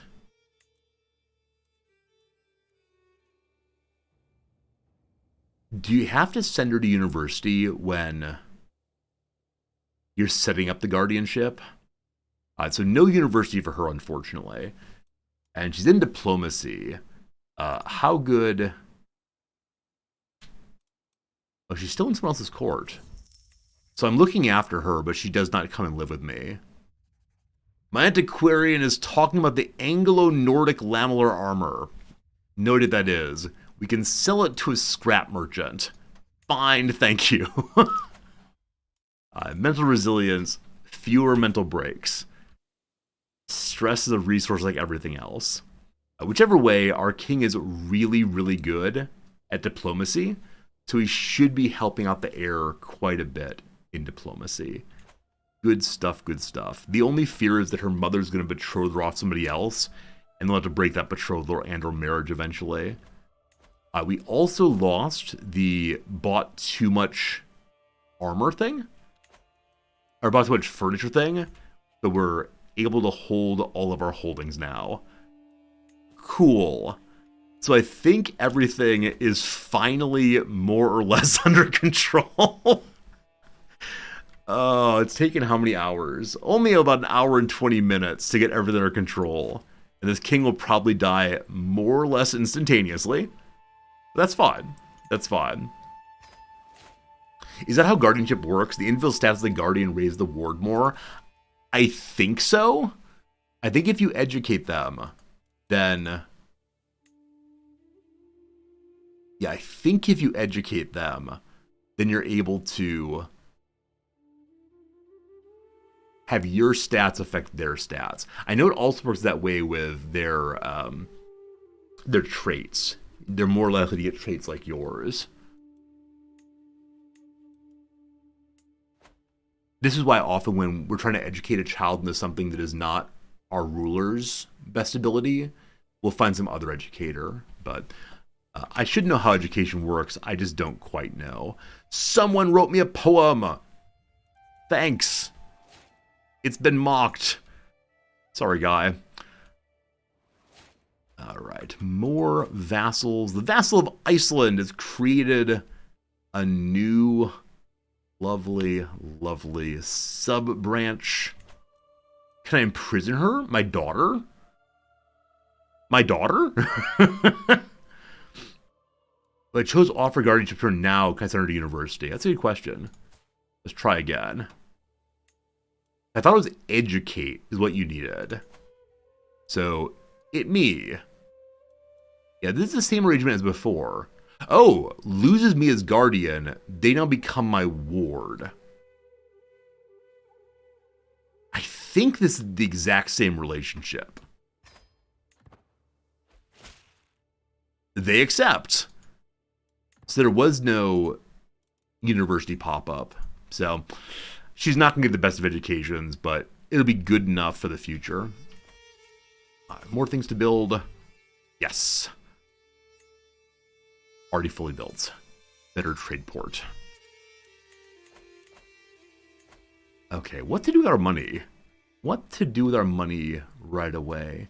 If I captured her, would she join my court? No, she returned to her home court, I believe. Maybe not. I'm happy to check, like, what the chance of imprisoning is. So it's guaranteed to succeed. It's an act of tyranny. I'd be okay with taking the tyranny hit if I knew for sure that she would stay in the court. If you fail to imprison her, she will leave your court. So the game's acting as if she's in my court, when she definitely is not in my court. Weird. Weird. We can make more titles, definitely. She's visiting me? Okay, it does say that. Oh, she's a guest. Thank you. Thank you. Because she's a child, I'm not allowed to recruit her. Can I recruit her mother now? No. If I give her a title, she will join my vassal stockpile. But past that, no. Okay, let's ransom some more folks again. Still lots of prisoners to empty out. Eudokia the Philosopher. She might well die, but apparently she makes things too. Or a fancy book. Maybe she wrote a really good book. So, would you like to join me where I live? She will. Nice. So we will ask her to become our artificer then.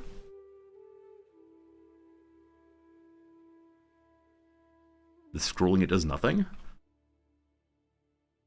Late game CK3 just locks up a bunch. Alright. Now I have 3 artificers, so we should get a decent amount of pop-ups of more new items. Maybe get some more beautiful, beautiful items, possibly. Someone is dear, we'll let her go in return for literally nothing. Sure, why not? We're a good guy. Okay, so I want to click around just a little bit and see if there are open holdings I can help with. I suspect there are quite a few, actually.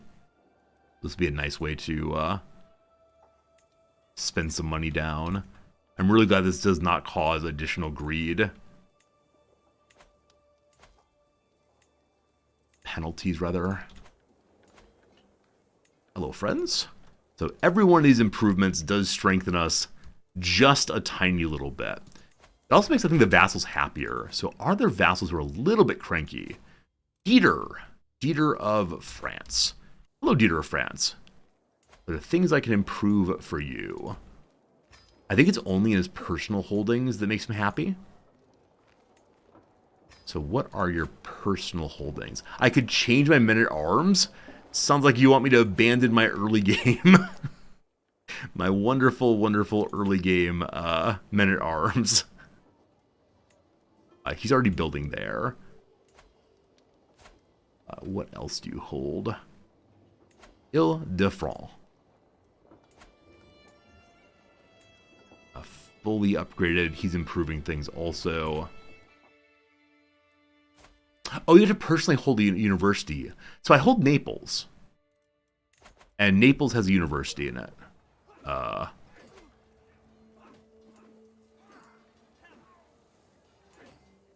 clicking on the wrong place. Yeah, Naples has a university, and I am the holder of university.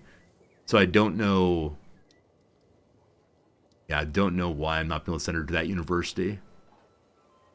Now, we can create other universities. We could do that with our giant pile of money. For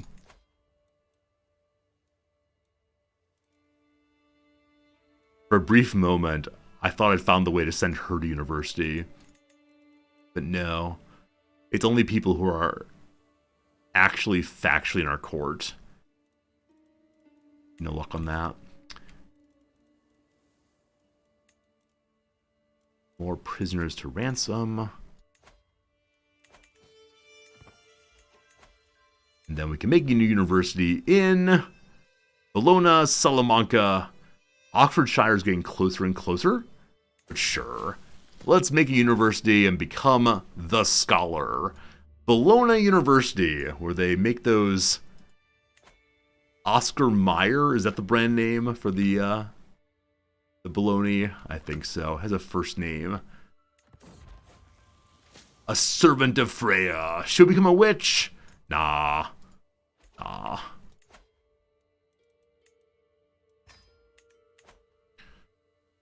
Okay, Bavaria, how's it going? Bavaria is currently fighting against a tyranny war. 74,000 troops. None of the mercenaries. They have 8,700 allies. Where are the other Christian kings?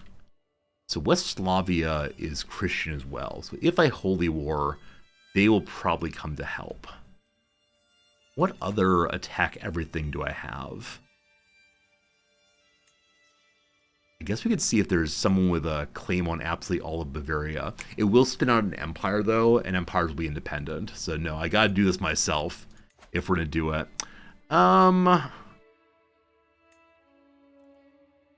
Let's see if there are any rulers who are big Catholics other than... What's his bucket? It's the Emperor of Bavaria is the biggest Catholic. And then the Emperor of Westphalia. And then... And then the Prince of Aquitaine, who is most certainly one of my sub-vassals. So look here, buddy. Look here, you. Better convert real soon. So yeah, it does seem the case there are only 2 large Catholics remaining. Looking good. Looking good, looking good. All right, before I start a war here, I need to be absolutely certain we're not having any internal issues. And we are... so the Catholics need to be converted still. They're called the English Catholic characters. I don't believe English exists in this game, though, so I don't know where they're coming that name from. Another religion conversion. Feast at our court. So I believe going to feasts at other people's courts leads to possible stress reduction. It's just not when you're paying for it yourself. When your character looks around and recognizes that all that drinking that's being done is on his own dime. How long will this take? 3 years' time. So what I'm seeing is we do not have a top tier Rixiothi. I like that the title is just called King. The title of our religious person, whatever their main title name is. Gotta drive out the old Ostru, clearly. Are you someone who believes in that nonsense, man? Oh, you do. Come back to the true way. How are we on stress right now? We're just below cap stress. So we'll just sway him instead. Once he likes us fine, we'll then ask him to change to the Reformation. Thank you. We're at the feast. Come on, stress reduction. Now, if that peasant war launches while we're... Come to a second feast. If that peasant war launched while we're fighting Bavaria, it'll be fine. There are no vassals as part of the peasant war. Can we actually go to 2 feasts at once? We're at 2 feasts simultaneously. Whoa! I realize this king's a crazy person and so doesn't believe in laws of physics, but I don't know how that works. Alright, so we have a good time at the feast, and because we're the life of the party, we lose some stress. Hooray! And then, unfortunately, Count Trigvi has been looking at me a lot all evening. What's going on here? He's smiling too much. I feel anxious. Something is weird. And we gain the exact same stress back. No! Alright, you want my child to come visit you? That's fine. The King of Sicily wants some item. We say no. Alright. Someone is engaged in some unfortunate bits of pain. This sadistic fellow is trying to make his guests bleed by putting metal and wood in the food. I can say big unacceptable, or let's get a hook on Mayor Valdemar. We don't need a hook on mayors, so much unacceptable, much bad. And then one of my women has the lover's pox. Where'd she get that from? I don't know. Out of my bed you go. We go home. We had a good feast. At the end of that, we do end up losing some stress. Not as much as we wanted, but some. And then my sister has died, and I've gained some more stress. So that is the sister that was uniting us to the Mongol Empire. So the Mongol Empire no longer has as allies. We'll let them stand or fall on their own. It's probably going to be fall, but we'll see. Hey, Touch of Oblivion, how's it going, my friend? Hope things are going well for you. It's always nice seeing you stop by. And Game Merchant, awesome to see you too. Speed 5 is fun. Yes, the only way we get through this playthrough is if we are at Speed 5 the entire way. Alright, so we dealt with the stress levels. Big vassals are on Team Resorti. It's time for us to... Which holy war do I want to do? Okay, so we can only holy war for one of his actual factual kingdoms. The advantage of going for someone who has his whole title is we can grab all of it in a single war. But we control the majority of Germany already, I believe. Yeah. So all that going for the title of Germany would do is grab this section here. I think. Yeah. Let's continue looking through and see what else we can get. Bavaria seems like the place to go. Pomerania is small in that way. Bohemia is in the middle. Poland would be big, but that's getting far away. So yes, let's take from the Emperor of Bavaria the title of Bavaria. This is the Great Holy War. So I'm going to push the button. Wait, I'm sorry. My faith already wagered in the past 30 years. Really? I don't recall doing that. Well, this does change things. Alright, the plain boring Holy War it is then. For the Kingdom of Bavaria, no worries. No worries at all. Do I have a court for the claim of the Kingdom of Bavaria? I've already pushed the button, unfortunately, so, you know, we'll see what happens. Why is the music so loud? It's too loud. So darn loud. So we'll still have our Great Holy War in a moment here. This is an interesting set of affairs here. So we've rejected this concubine from the marital bed. Marital indeed. And yet she's pregnant. I have some suspicions. Nonetheless, more importantly, we have feelings of profound affection for our wife, the Empress Thora. She is 27, we're 77. We're definitely an autumn-spring marriage.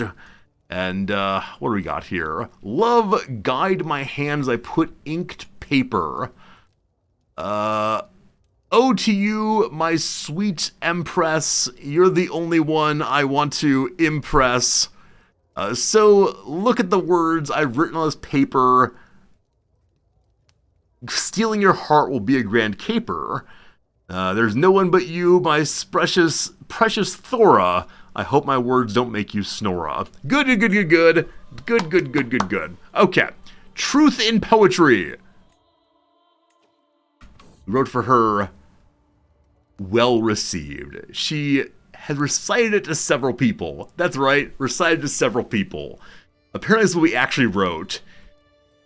Your oval face is the life-giving sun of my world. I wish only to have you close, that I may know the touch of the divine, you and me together forever. It doesn't even rhyme. That's no poem. No. Okay, delighted / surprised. Oh, there they are, okay.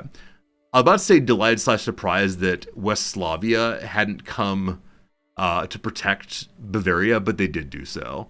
So we see here in this corner, the Emperor of Bavaria and his stooge with 117,000 troops. On this side of things, me. And you know, me with 153,000. We can also hire a bunch of mercenaries if necessary, but we should be good. So, all stacks are stacked.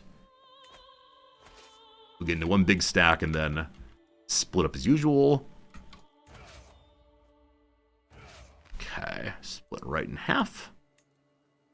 What an amazing commander this guy is. Svein here has 3 commander traits. Fights well against people who are not of our faith. Crosses rivers freely and good at sieging also.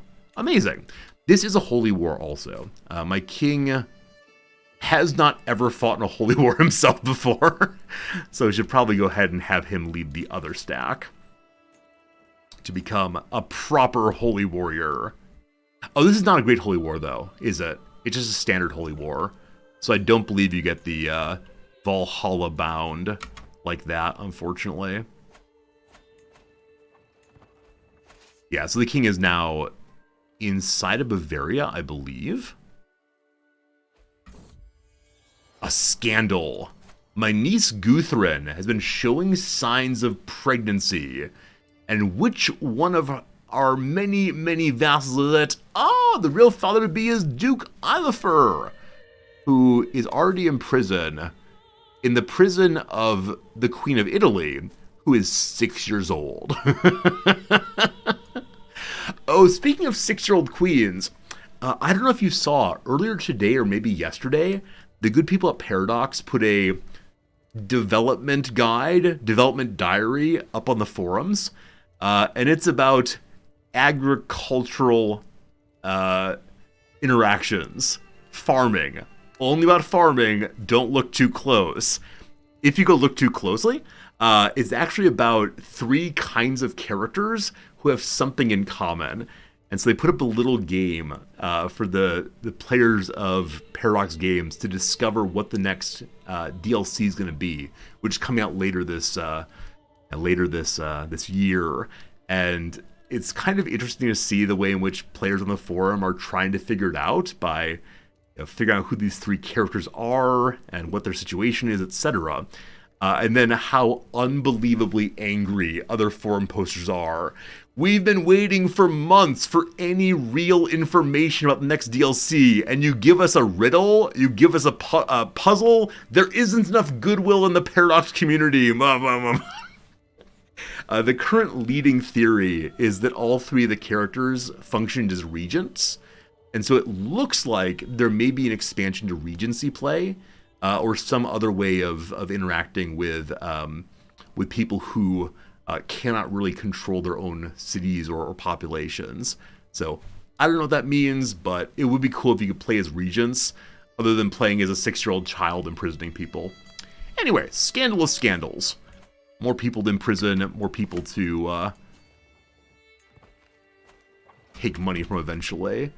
I see that Aquileia is under siege, so Bavaria is attacking Italy right now, while we're going straight for their capital. I mean, fine, I guess. My daughter. I don't think you're my daughter. I have some doubts. Nonetheless, she is pretty, and the king is also pretty. Is the mother pretty? The mother's not pretty. I wonder if the real father's pretty. Whichever way. Raidus, you are just some gal. What are we going to name her? Garlic. Lovely, darling Garlic. Keep the vampires away, including your unfortunate father.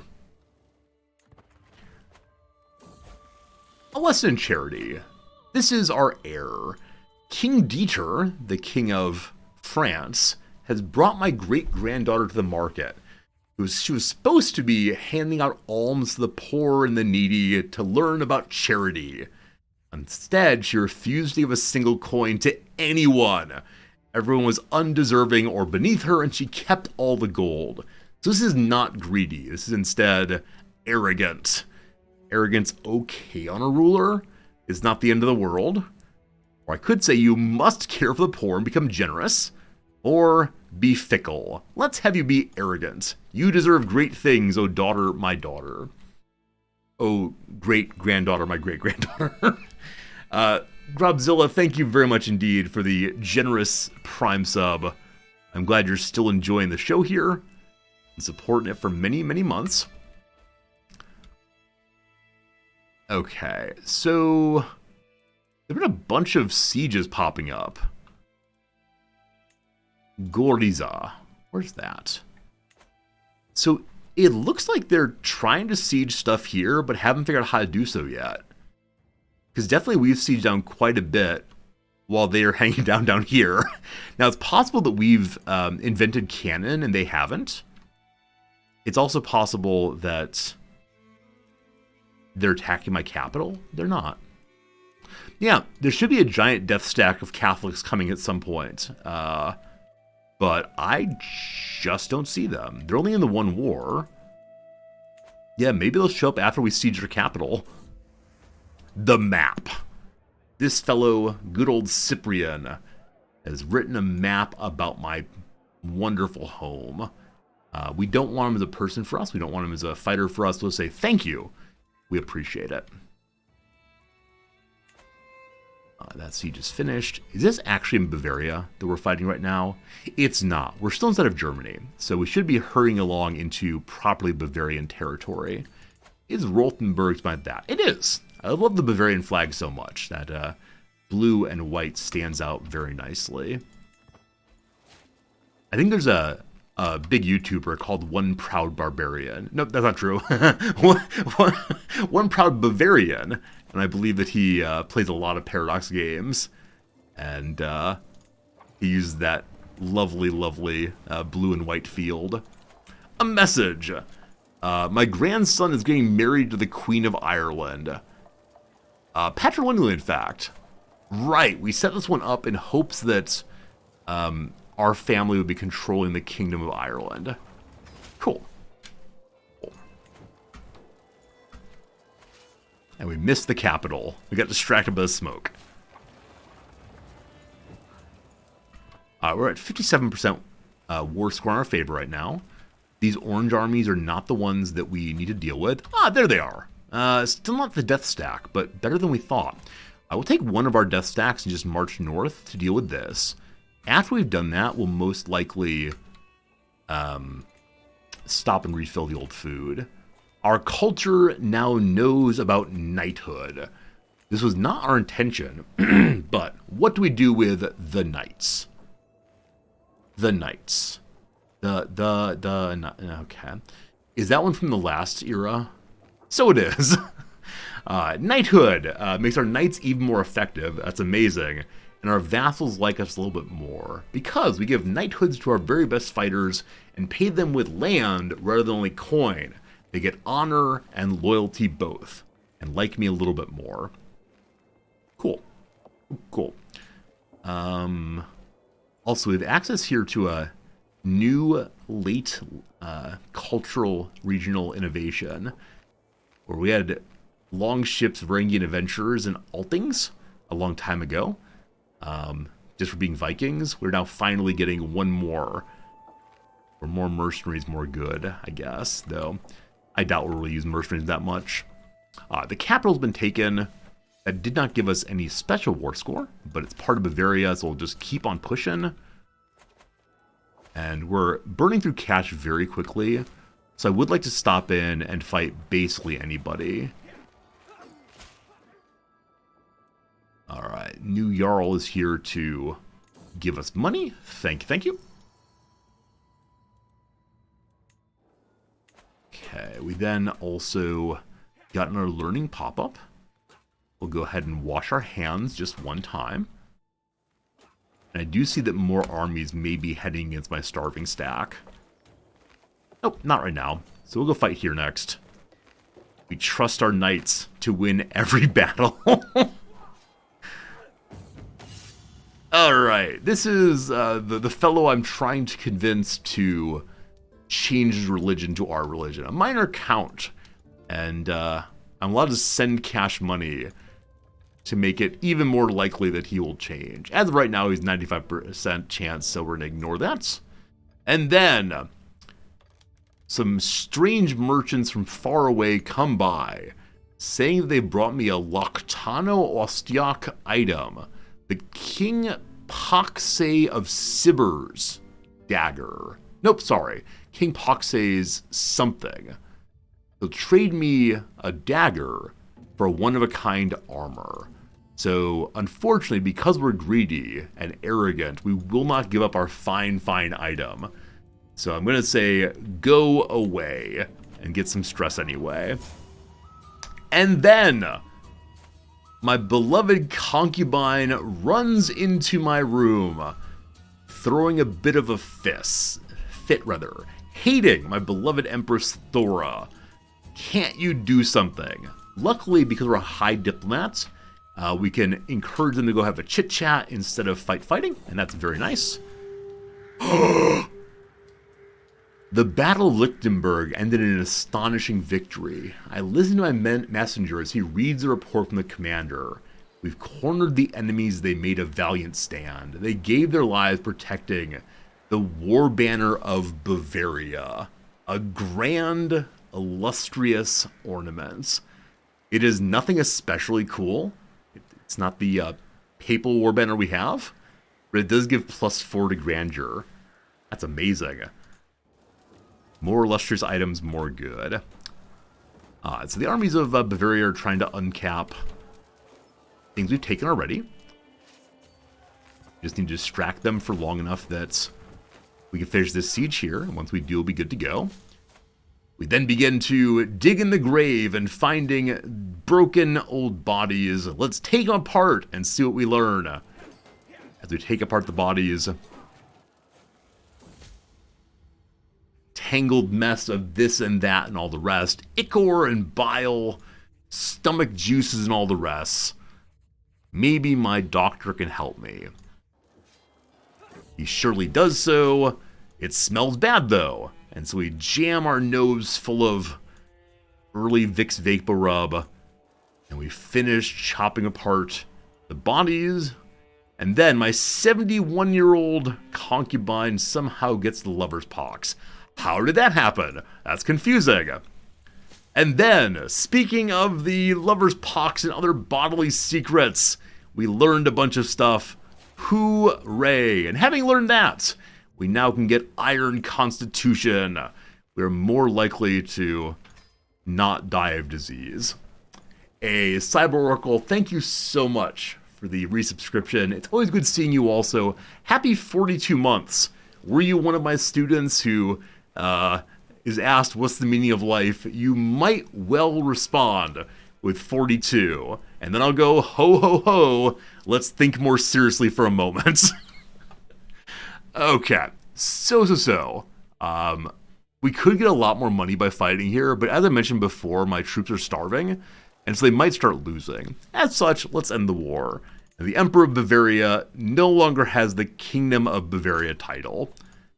Yum, yum, yum, yum, yum, yum, yum. Yum, yum, yum, yum, yum, yum, yum. All right. We've gobbled up a little bit more real quick. And, unfortunately, we're not 63 out of 11 holdings. There's always the problem with Holy Wars, is that, you take all titles of people who are not your faith, and no one in Bavaria is of our faith. So, pardon me for the next little bit while we give away absolutely everything. I'm going to continue the game, just not at speed 5 during this period. It's Schaumburg. There's actually a city near Chicago called Schaumburg. It's a pretty large and pretty lovely mall. And I was born actually one town over, in a town called Hoffman Estates, Illinois. My parents lived in an apartment there when I was a kid, and I know nothing about that except for what I've said. Alright, Berchtesgaden. Inside the Duchy of Salzburg. We need to figure out where the actual factual capital of Bavaria is, for the sake of de jure setup. So where is the Bavarian title? We have to steal a Bavarian title, unfortunately. So, Emperor Bavaria. I am now the king. Ha. Ah. Looks like over here. Oh, Regensburg, which means Kingsburg, correct? What do you want to bet that Regensburg is the capital of Bavaria? Yeah. Okay, so this spot will go to someone in our family who's not inheriting. Green pepper here is not insane. Red pepper, I believe, was the insane one. Yeah, so green pepper, you're going to be king of Bavaria. You're a zealot for our faith. That should encourage you to hopefully convert all your vassals. Congrats, boss. Now, I believe you were married to the Queen of France. Oh, wow. No kids, though.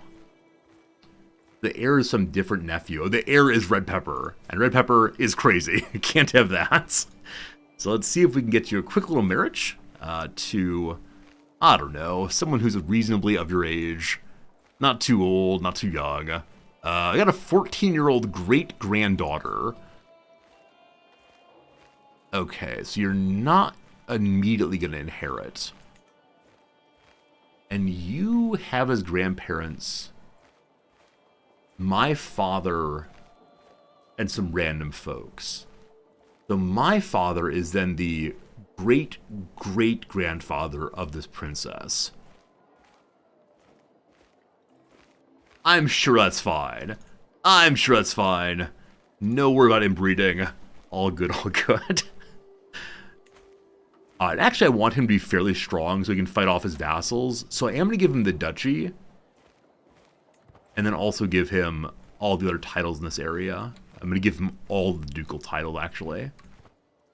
Getting a little Habsburgian here, it might be. It might be.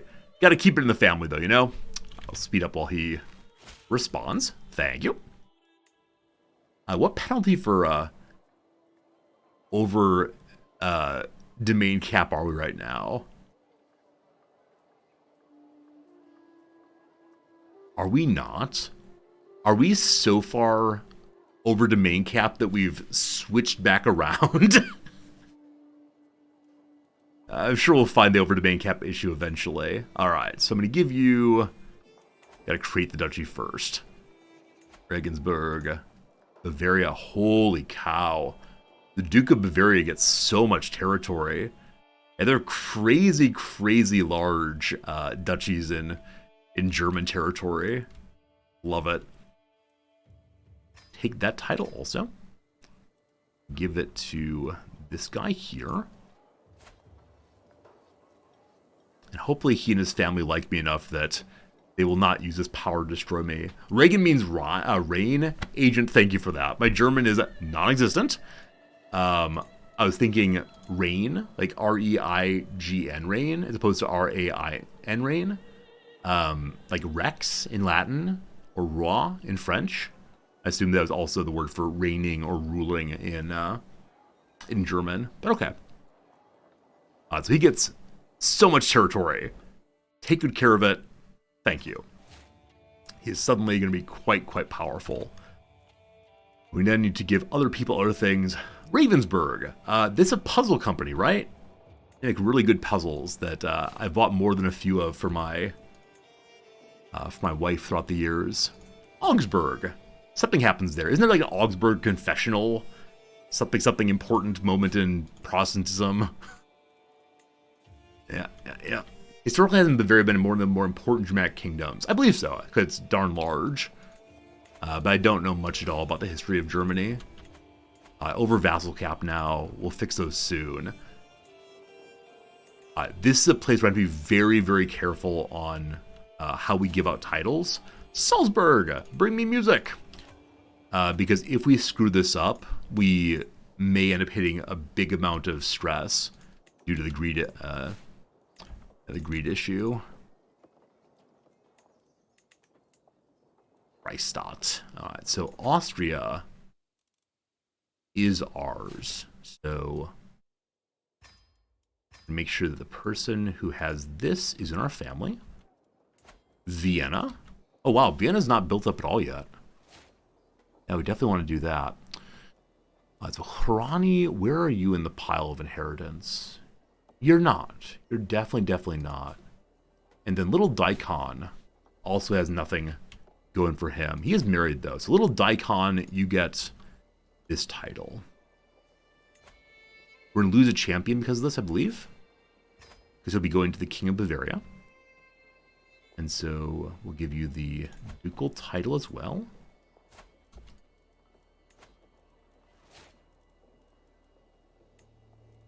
Okay. And I'm going to strengthen you. I'm going to give you everything again. We'll see how that goes. Agent, I appreciate it.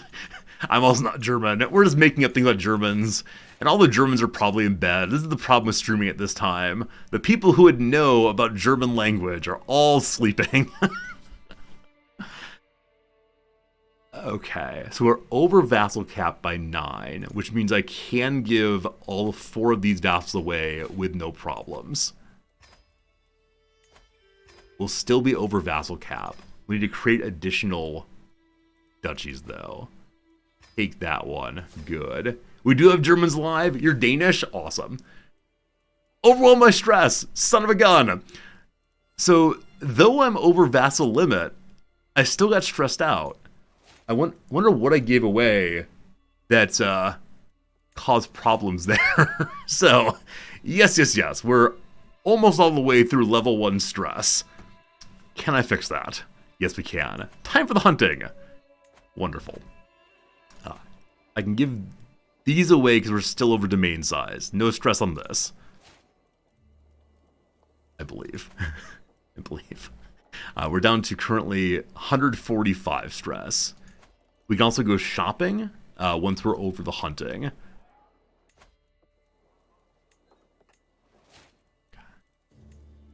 Leibniz. Let's talk about the monadology. You know those things you thought were atoms? No, they're actually monads. And what do monads do? They persist. And what do persistent monads do? Surely not interact with anything, because they're windowless little rooms. If you ever want to have your mind blown and or confused, I strongly encourage you to read some Leibniz. His philosophical writings, not his mathematical ones. They are ridiculous. It's an attempt to explain how substance works. So the rationalist philosophers get stuck on this question of how many kinds of things are there. One of them named Descartes, you've probably heard of. He's the I think, therefore I am guy. He suggests that there must be two kinds of things, right? The mental and the physical. We're still largely Cartesian today.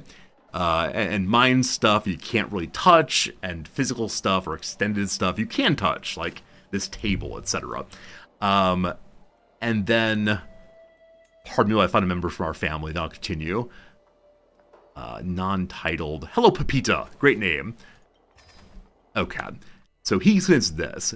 There's a slight problem, though, which is if the mind stuff is non-extended, non-physical, and the physical stuff is not mind stuff, how on earth do they interact, right? Because you can't touch non-physical stuff.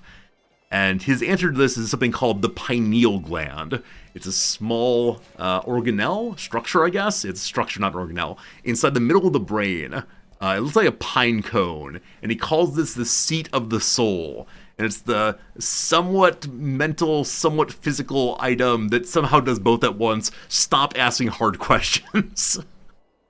And so there's a bit of a conversation about that. Then another philosopher named Brooks Spinoza, long story about him, recognizes there's another possible solution to the mind and body thing. What if they're both the same kind of thing, fundamentally, but different expressions of that same kind of thing? And so he writes some really beautiful writings in which he says everything that is the basic substance. If it's to be everything that is the basic substance, what does that gotta be? Oh, it's gotta be God.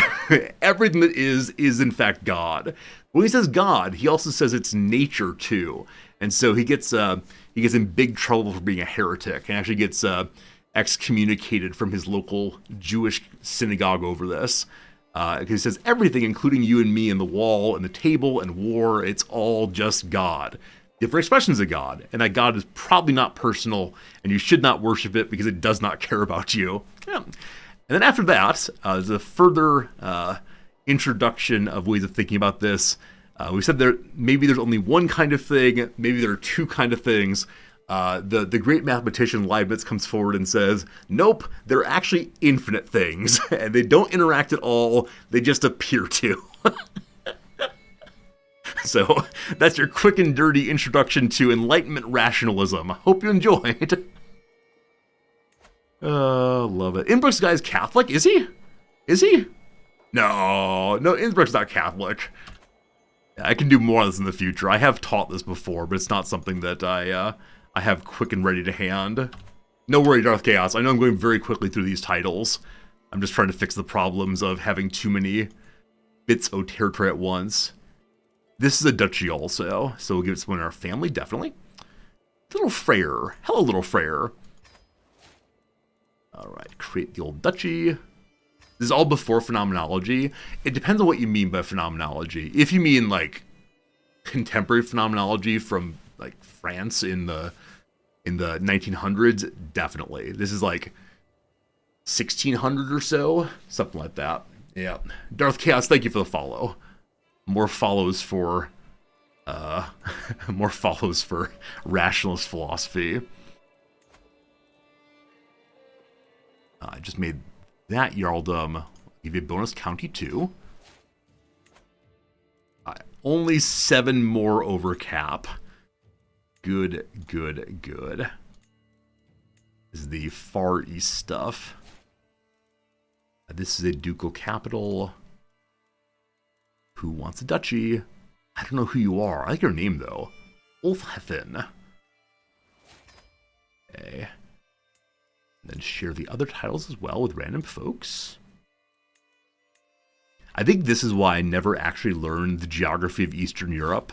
By the time we get to Eastern Europe, I have so many vassals and so many counts under me that I stop caring about them individually and just immediately say, just give them to random folks.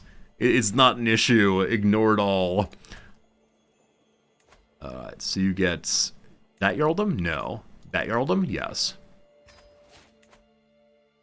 Okay, here we have a bunch of counties also.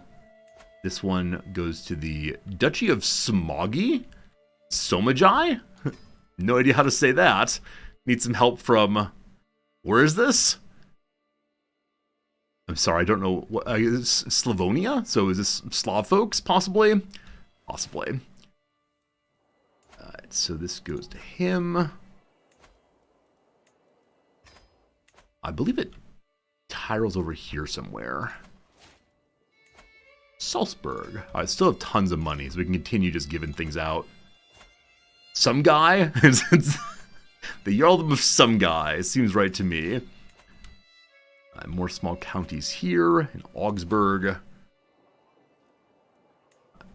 Augsburg's a duchy title as well.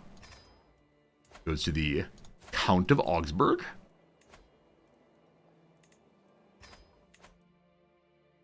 The day I discovered you could tell where your duchies are not given out by seeing the little counties was one of the more important days in my playthroughs ever.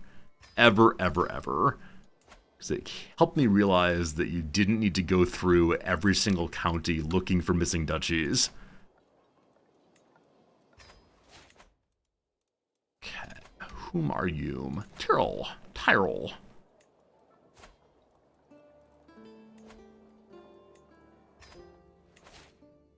Alright, we're still over by 7 direct vassals. So I believe we can give more things away via duchies and via giving people the correct vassals, or giving vassals to correct dukes, rather. We just need to be absolutely certain that we do not get too stressed out while doing so. There's less collection of counts down here. To you, I gift one last title. All right, so we should be under ducal cap now. Is that true? 1, 2, 3. Good. We're over vassal cap by 3. So, if I give this away, we gain 24 stress. So it is the case that you can give things away for free if you're over domain size. You cannot give things away for free if you're over vassal limit. That's so annoying. All right, I believe we're currently on a hunt, yes? Yes. All right, we're going to unpause for a little bit while we do the hunting. I think Bavaria is in danger there. What's the most over vassal cap I've ever been when setting up an heir for a new kingdom? One of the playthroughs we had quite a long time ago, it may have been our William the Conqueror playthrough. The William the Conqueror playthrough ended up in India. It was ridiculous. I think we were hundreds over at that point. It was pretty silly. Fee fi fo fum. It's Thorglus the Giant. He wants to know why we're in his swamp. We can invite him to show us around. We can try to talk it through. If we talk it through, we get more control in wherever this is. Or we can hunt the big boy. If we hunt the big boy, people don't like that. We'll invite him to show us around. That's nice. I suspect it's the case that we're going to have some fairly cranky peasants. Look at that! At the age of 79 years old. Feeling fine. Age of 79 years old, we have become a novice hunter. Perfect. Perfect. And finally, it is time for us to unlock a new pretty picture. Alright, we could do trading, but that's to abandon our Viking heritage. So I think it's time to get creepy and go in on blood. Give me the blood. The first thing we see in our bloodline is some lovely parapets. A lovely castle in the clouds. Chance of inheriting good congenital increases. Also spawning new congenital trait increases. Good, good, good. I love that our king's actually in fine health at 79 years old. When he went crazy, I fully expected him to die very quickly thereafter. As long as we don't go to stress level 2, where we get the further health penalty, we'll probably be okay. I won't be surprised if we live till 85 or so. Eggplant has died of old age. And so I believe that Eggplant's daughter, Green Bean, is the mother of our heir. Nope, that's not true. Hello, heir. Our heir is still not in our court. Marry the giant to the great-granddaughter? Wait, what's this nonsense? What have you done?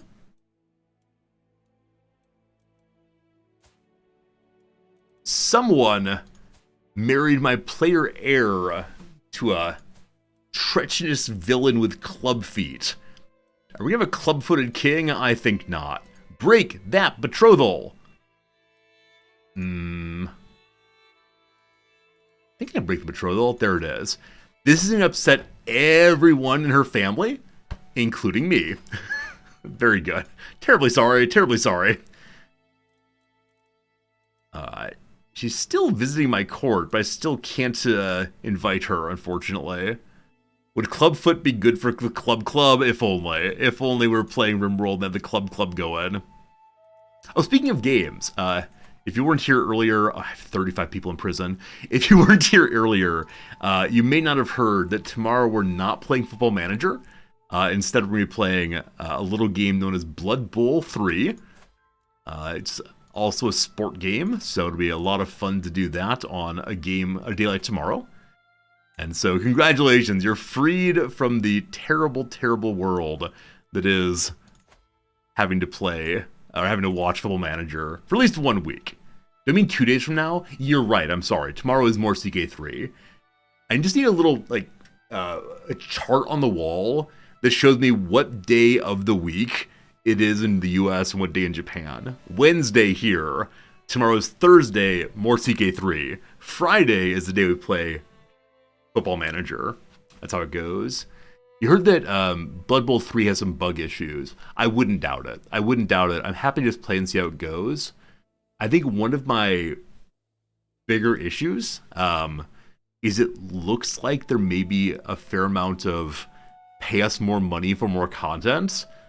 And that will be unfortunate. So, you love watching FM? I'm a little burnt out on it right now. I know we're going to disappoint a whole bunch of people by not playing it, but my head will explode if I have to play another day of Football Manager.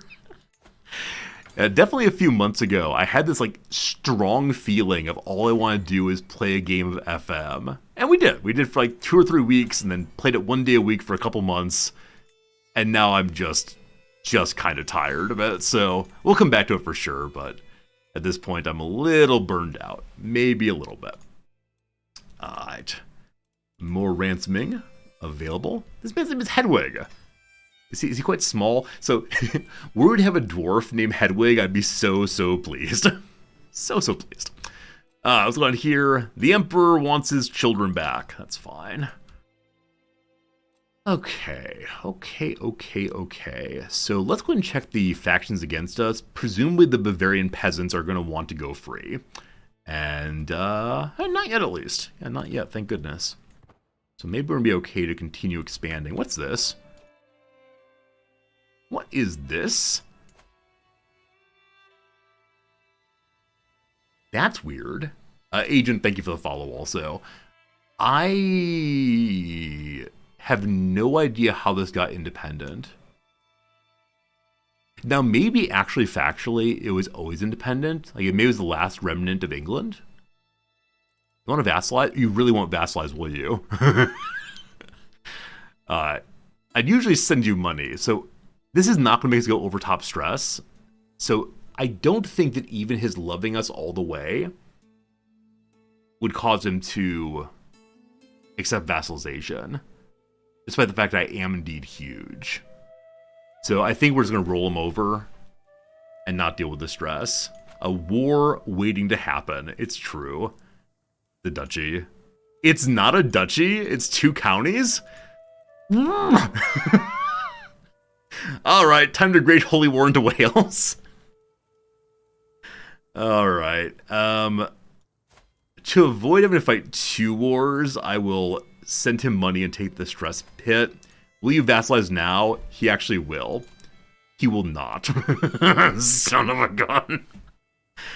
If you don't have to change your religion, he will accept. How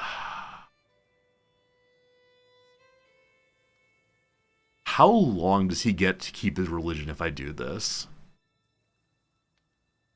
I think it might be quite a long time. Oh, it's part of the contract, actually. Part of the contract. So I have to get a hook on him then to change his contract. Okay. So he'll vassalize now. We don't need to fight 2 wars, thank goodness. Everyone is dying. All right. He graciously accepts, and now there's not a bit of non-man in the Isles in the middle of our territory. So I should give you to your rightful vassal, but first, I gotta get rid of that. So we're going to send our spy master over to spy on him, figure out what dirtiness he's gotten up to in his past. Wait.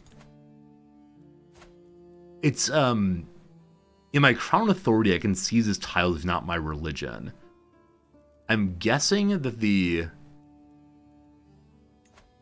contract goes over top of that. It does. So I'm not allowed to do that. Fine. We'll figure it out eventually. Okay, other things to do. Can't give people away right now. We're done with our hunt, so we can now go visit the market, spend some money, burn some stress. We're still in stress level 1, unfortunately. How it goes. Someone is fighting in Bavaria. What's going on? So a duke is attacking a duke currently. We'll see what remains of that. The capital, Bavaria, is now up this way. We have a truce with them for quite a while, I believe. There it is. Yeah, truce for the next 4 years. Now, I believe I'm not allowed to take his empire title, even if I hold his empire, because it's his majority, or it's the only top title, and he's not of our religion. Oh, we don't have enough territory, actually. And Bavaria is quite large, apparently. Hello, Bohemia. How's it going? Also, West Slavia dared to challenge me recently. We'll see. All right, Kingdom of Bohemia. Show me what you got. So we've burned our holy war already. It's all a duchy. It's all a duchy. I had no idea it was all a duchy. That's a big duchy. All right. Do we think our men-at-arms are strong enough to fight this without levies? I think the answer is no, but I'm going to try it. I'm going to raise a holy army also, and just see what happens.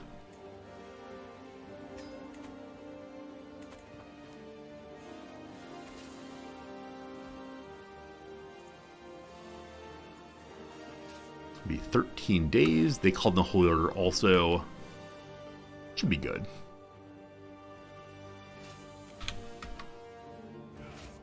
18,000 of us versus 27,000 of them.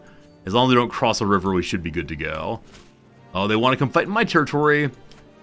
Duchess Stephanie of Spoleto sure would like to be the Empress of Italia. That's not going to happen. Enjoy your claim, etc., but no. Okay, here comes the battle.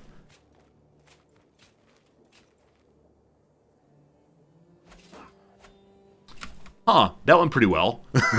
So, we killed 10,000 of theirs to their 721 of ours. Good stuff, good stuff, good stuff. I thought it would be a little closer if I'm being honest, but guess not. We did capture more people also. go forth, do good things. We're going to have to do a big clean out pretty soon, I suspect. They're locked into there now. We'll ignore them for the moment and see if they go to uncap here. Nope, they're attacking us, actually. We have 27 champions to their 15. So we're going to win over and over again. Viking champions are so stupid. They were continuing to do the whole... lost commander. They were continuing doing the whole... what's it called? Yeah, the whole Berserker thing at this late stage is kind of silly. Hey, Italian! Thank you for the ongoing Prime sub. My day's going well. How's your day going? Hope you're having a lovely one. Thanks for being here. We're beating up on the poor old Bohemians. Look forward to starting some Bohemian fashion very soon. We also found a secret. It is on Oda von Gleims. Yeah, not who we need at all, unfortunately.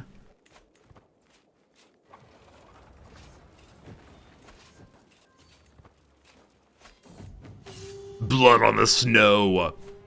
My little son Radish comes forward and throws something at me.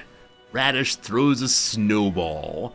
I can say, you think you faced me in a snow war. Child or no, it's a battle and I shall win. We lose some stress then. Or I'm busy, go away. So beating up on the child makes him unhappy. Whether he wins or loses, he does not want a real war. Or I can just say, let's be little friends. Nope, it's a war. We win all the wars. We successfully beat a child. Good job, good job, good job. This guy wants me to give him a fertility horn. No. And then a faction's coming again. This war will be over very soon, so we're fine. And then it is time for us to hunt a mighty whale. Unfortunately, the way to hunt the mighty whale is to tell someone else to do it, and then we'll lose stress. If I kill it myself, we get even more money. But no, I'll make others do it. Thanks for the cash. And we managed to lose all our stress. Prince Kuna of Bohemia, we captured and then got free. However, we also captured the despot there, so this war is done. A secret truth is here. My grandson, Daikon. Not my heir, thank goodness. I made him into the Jarl of Austria. And I thought to make him the King of Bohemia also. I thought it was somebody else. That was the King Green Pepper there. Had an extramarital affair. Oh, sinful, sinful little fellows. We're going to go ahead and end the war. Welcome to our territory. More vassals, more infidelity. Shame, shame, shame. And then, my great-granddaughter Eggplant, 13 years old, our player heir, is making eyes with one of the young servants. We could have her be lustful, or greedy, or gregarious. Of these, gregarious is nicest. She shouldn't have any problems making the children.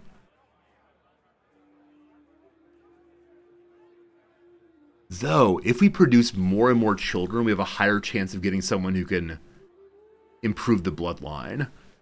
Alright, enjoy your lust. Great-grandpa appreciates what you need to do. Okay, put them troops away. Gotta give away good old Prague. Surely a ducal capital.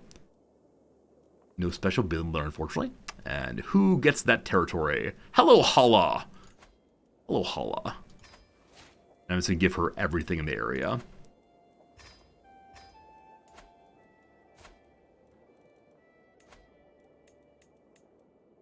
Cool.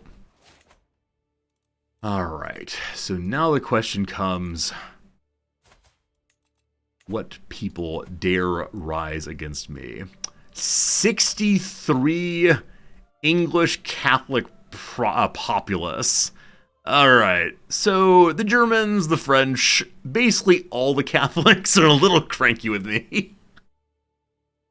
I cannot imagine why. Just don't understand. I do still have fertility items to give her. It's true I do. I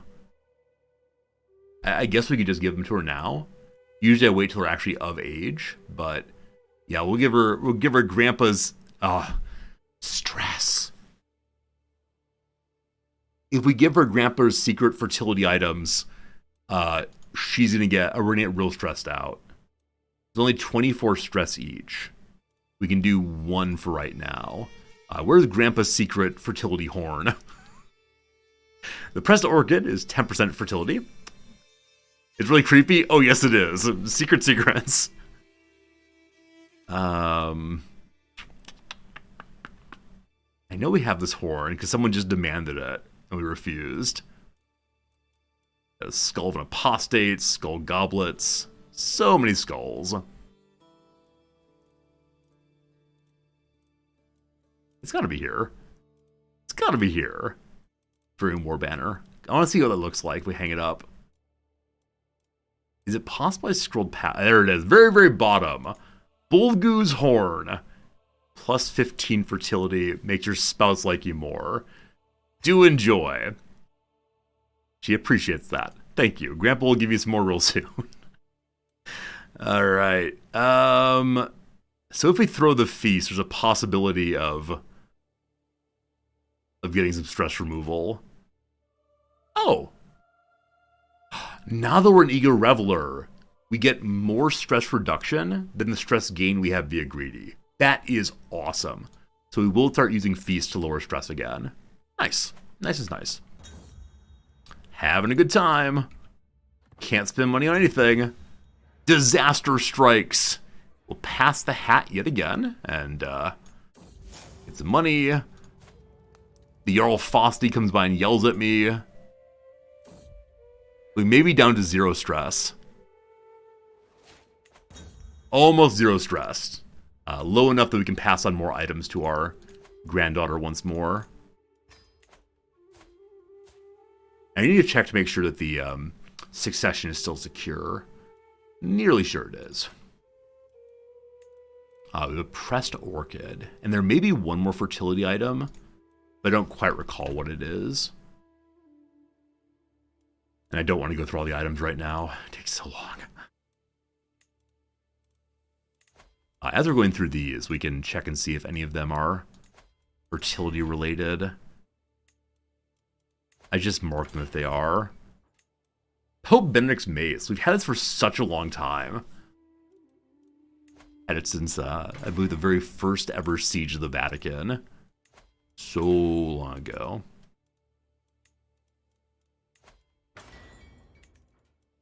After we repair all these, we'll then go to our court and see what the Bavarian flag looks like.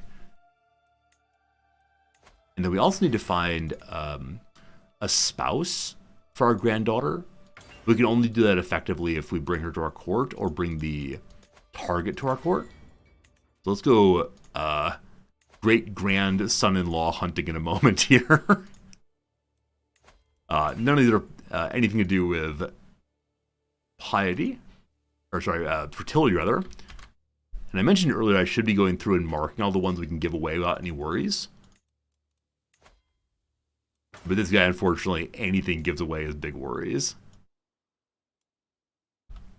And like I said previously, part of the reason I want to give all these away is just to make it so that I don't have to deal with them. Because really, our exciting pile of items has very quickly become an unfortunate pile of trash. Beautiful scopperel. Children like this thing. Brings a smile to the face of any child.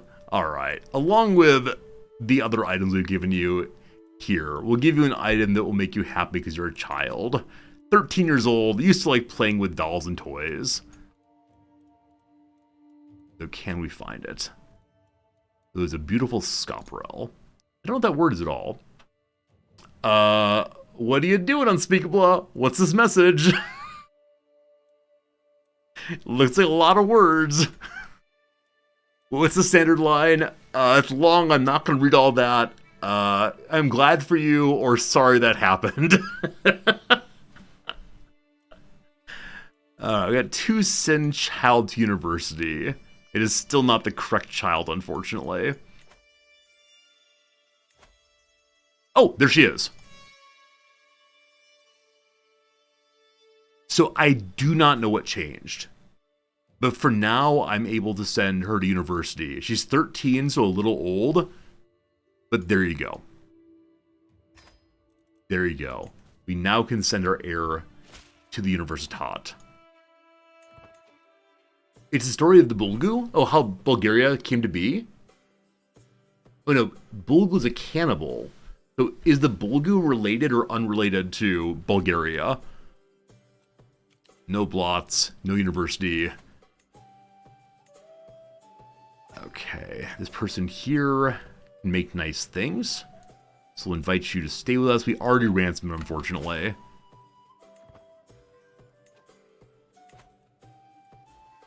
Okay, Peasant Rebellion is still coming. Can build at Naxos again. This little Greek island will someday be fully built up. Also with taking Bavaria, I need to check and see if there are any Christian holy orders there. What do we see? Yome's Vikings. Chosen of Freya? Knights Templar. Al Gore himself. I'm clicking, I swear I'm clicking. There we go. That was strange. I clicked so many times. How did you remove all those notes in one click? So Agent, I didn't actually know this. I didn't actually know how to remove all notes at once until this playthrough.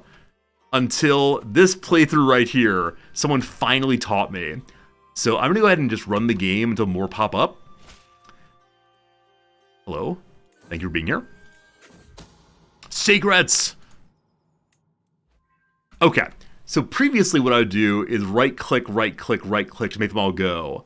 I have done that for genuinely years of playing. What you do is hold down the left shift. No, that's not true. You don't need left shift, do you? Yeah, you just right click on the little broom here. So when I saw the broom before, I thought it was just indicating you right click on the whole thing and it goes away. But no, the right click on the broom, they all go. Isn't that crazy? Francis, thought I knew? No, I never knew that. I'm relatively sure it was not in the game when I started playing, and so I just missed it. But it was added fairly recently, I think. Nonetheless, so many fewer clicks on my mouse. My mouse is now not going to break. Awesome. Awesome. Okay. Have we converted more counties? Gotta keep working on it. What's this? Copticism inside my territory. Soon. Control click may work also. One more pop-up we'll see. Alright, here is the blah blah blah business with the Catholics. The Lichtenberger Catholics will not stand any longer. You want freedom, it comes in death. Ooh-wee. Ooh-wee. So you said control click might remove them all? It seems like no. I'm holding down left control. And they just keep popping up, unfortunately. Yeah, the game is announcing all the sieges happening absolutely everywhere. Control right click might do it. Seems like no. Trying shift now? No, shift does nothing. So they get, like, right clicking on the broom is the way I do it, at least. Alright, so my various dukes are going to do an okay job of stopping these things, but we should raise our armies and help out. Because they're all peasants, I'm just going to raise the men-at-arms as usual.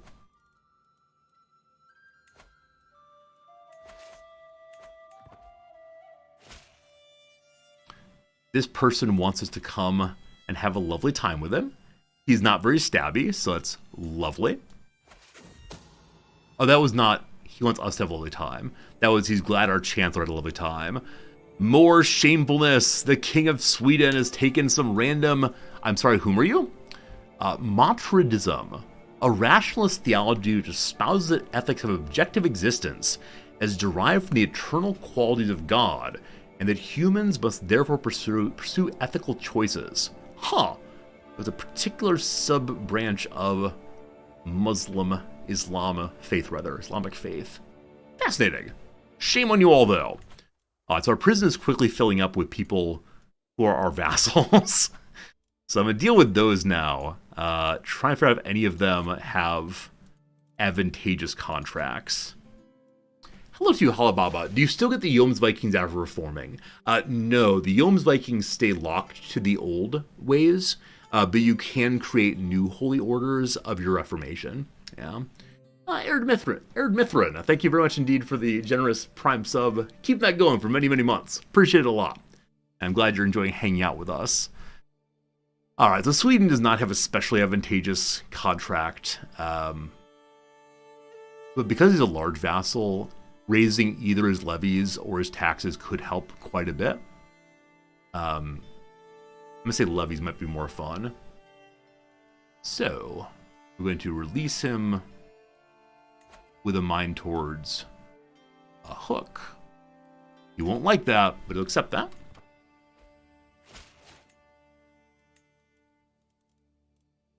Changes over to give me more troops. Thanks much. And some Jarl underneath this. Show me your contract. Nothing special, no worries. He's much smaller, so I'll just take his cash money instead. And then I see a bunch of holy warriors. The Duke of Mazovia has no money. He's earning 0.1 money a month while Duke with all of these titles. Wow. So I'll take a hook on him for the future, I guess. I see a mainline Carling in my territory. Bunch of Carlings. Oh gosh. I'm going to push the ransom button one more time, and then I'm going to release everyone else.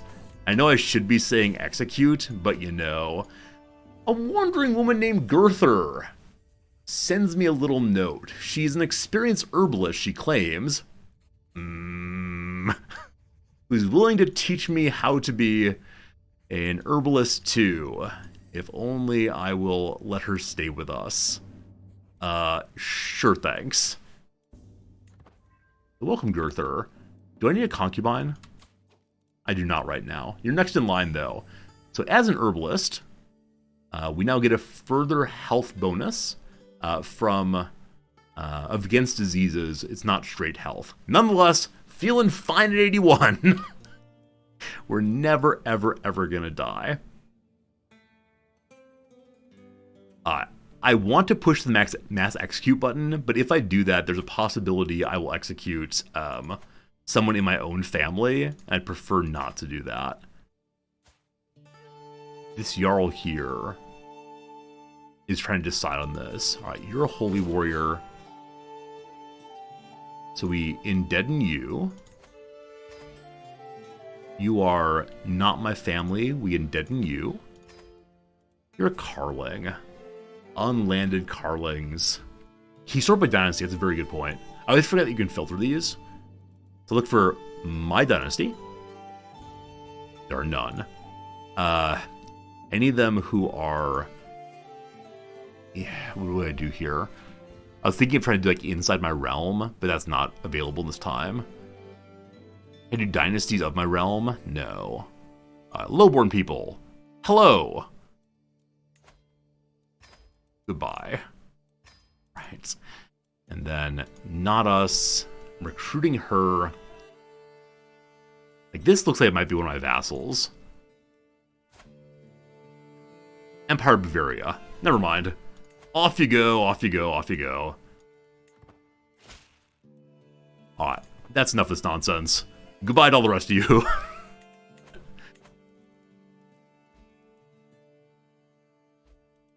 I know we just brought a new artificer in. I probably had other people die as well.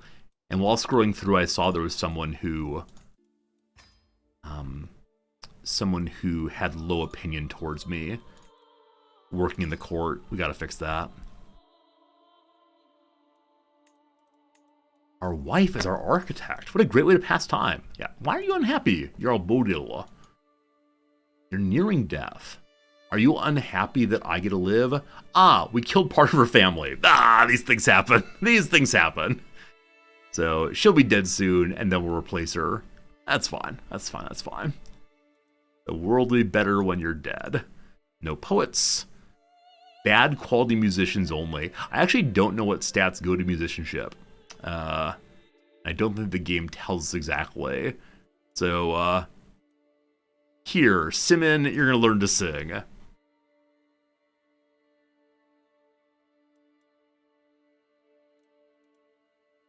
Don't need a champion. Ah, good to go. We have 14 items to deal with in here. Hello! We got 2 new horses. We can sell them and burn off stress. This will put us at basically 0 stress. I sure would love a fancy horse, but no. I like less stress even more. My daughter Grima is very unhappy because my tutor is restraining her and clutching a book. She refuses to learn from me. So our tutors have a very hard time controlling our children. But we're going to speak well of our tutor because in this family we believe in teaching. We've got some new items. Ah, the war banner. Right. So we have the papal war banner hanging, just a happy memory of when we destroyed the papacy. This is our big family banner. It's amazing. We then have our illustrious large wall ornament. Also amazing. So, it's time to replace the Pope with the Bavaria. It gives 4 grandeur as opposed to the papal 3 grandeur. Cool. And then, I have 2 chests in here. One is my Norse statue. It's what again? 0.3 prestige, lower tyranny. We don't need that. And 3 court grandeur. So I'll put out something with bonus to renown instead, I believe. Unfortunately, all the cabinets and chests here give piety, and we definitely don't need piety. Short reign, piety, they're all piety. Okay, let's go ahead and put out the longer lasting famed furniture here. On the other side, we have the French cabinet, which I think looks very, very cool. Little orbit on top. Hanging on the small spots, we have some famed hide. Cool. And then we also have a cute little Norse shield. I like how it looks. All right. And on the big spot here, we could put the hide of the fearsome rabbit of Bajlan, which gives 1 more court grandeur bonus.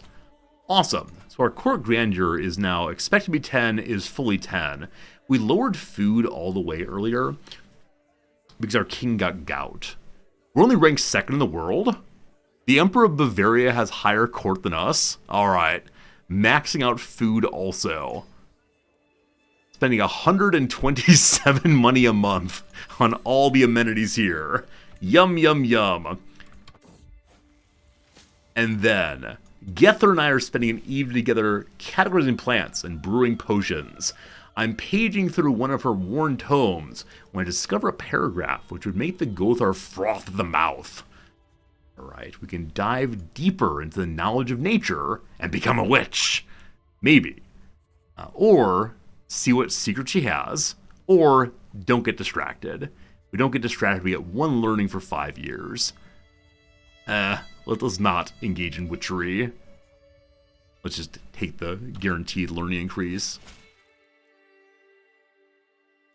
Oh, I just remember we're still in a war.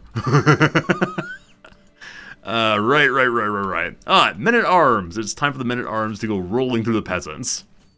The Witch Coven can give a health bonus. Oh, really? I've never, ever been a witch. Maybe we should have been. We made a new drinking companion.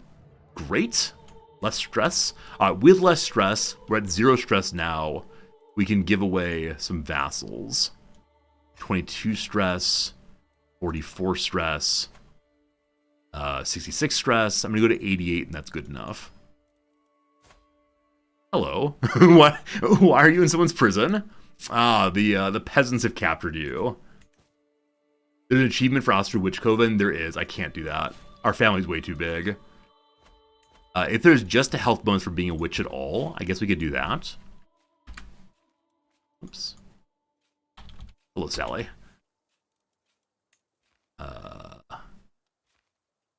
So witch itself does not give a health bonus.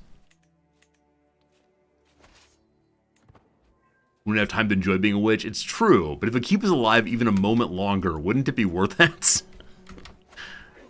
Alright, one group dealt with, and the good old AI is going to follow us for a while. Good, good, good, good.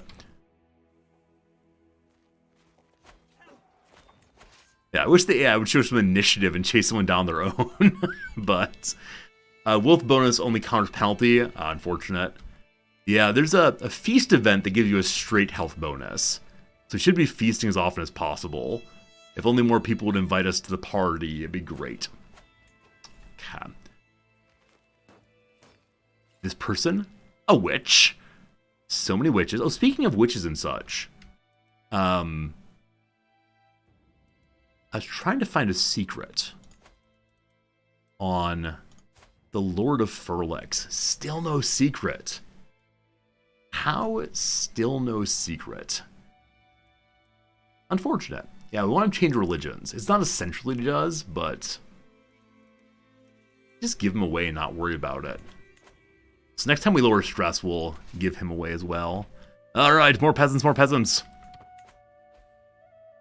Is it possible to become immortal by sacrificing people like Satanists can CK2? So I've never done that event. Years ago, when I was playing CK2 regularly, one of our longtime viewers referred to the Satanism DLC as like the silly part of the game, and I definitely agree with that. I didn't exactly enjoy the Hail Satan part of the game, not because I'm like anti-Satan or anything, obviously, but it was just a very strange thing to have in my little medieval game. And that said, one time we did get the immortal trait via a some kind of like drinking a potion sort of activity. It was really fun. My acquaintance Ilva is carrying a child, though she is not married. It's King Hawker, the King of Sicily, our nephew. Our shameful, shameful nephew. So, because he's a shameful creature, we could maybe arrest him and change his obligations. Are we not going to catch this group? I may need to go to a slower game speed. They do have a very fast-moving commander, but they just keep running. Again, the AI does get kind of silly in these wars. Alright, Thagan Alvar of Tyr was seen in the chambers of good old Gunnar, the master of the hunt. Let's find Gunnar a lovely bride. This person seems nice.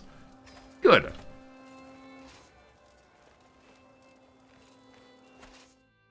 All those peasants dealt with. This group next. We're only at 8% on the Peasant Wars. This is going to be a very, very long-term war, I'm afraid. Especially if the AI just follows me around. Alright, plus 23 now. Good, good, good, good, good. All the peasants are starving these days. That's what we like to see. We're making so much money. So I'm very pleased our next ruler will not be greedy. It's gonna be really great if we're able to give away things to bribe people like us. We have so much money to bribe things with, or bribe people with. Okay, speaking of which, how's she looking? She got betrothed again to a 19-year-old. He's a kinslayer. What are you doing?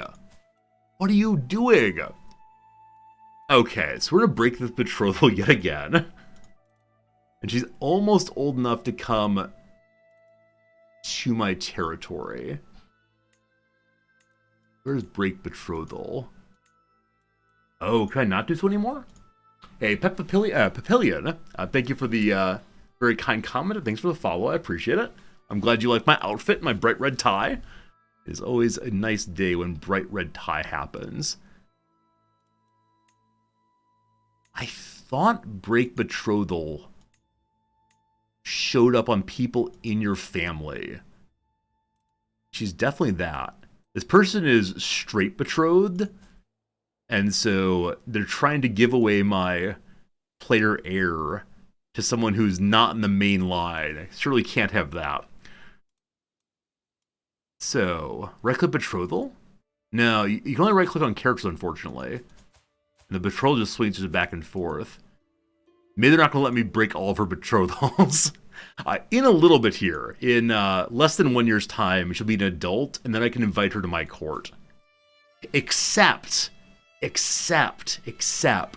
she's been involved with someone who is already landed, and so she'll go to his court instead.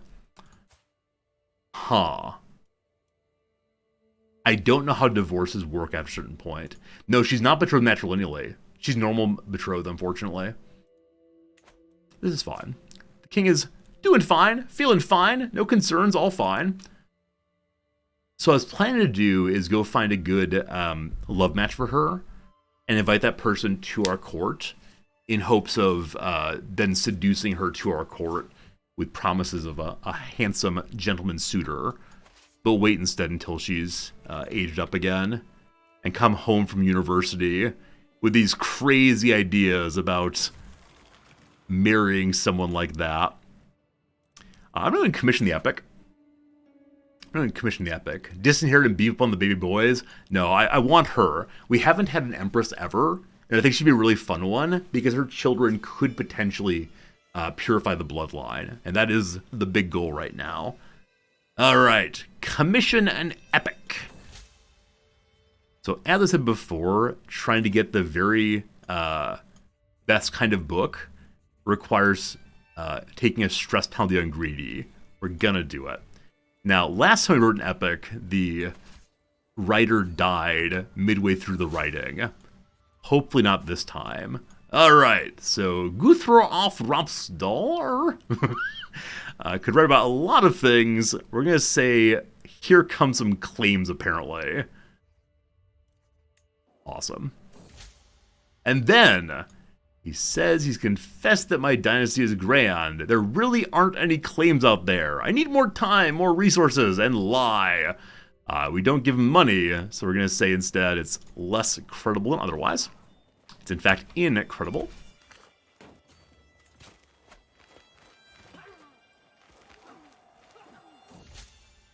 Cold claims.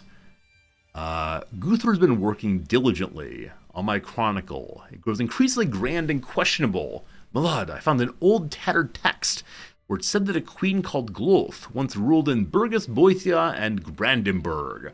I could delve into the genealogical tables and make some creative additions. Say she was an ancestor of mine. I don't really care about any of these, I believe. They're all just county level titles, so I'll take Brandenburg, thank you. I wish to write a concerto at once. Happily, that group we just chased after was being led by the commander of the rebellion. So, death always to Leia Organa. Organa? Yeah, fine. And finally, we're not at war once again. Alright, fellow on top, Leader Philip. He's got a ton of money. Must have been stolen from the peasants. Only we could banish him and taken it. Instead, we will make die on him. And then, hello, Eberhard. You also get to be made dead.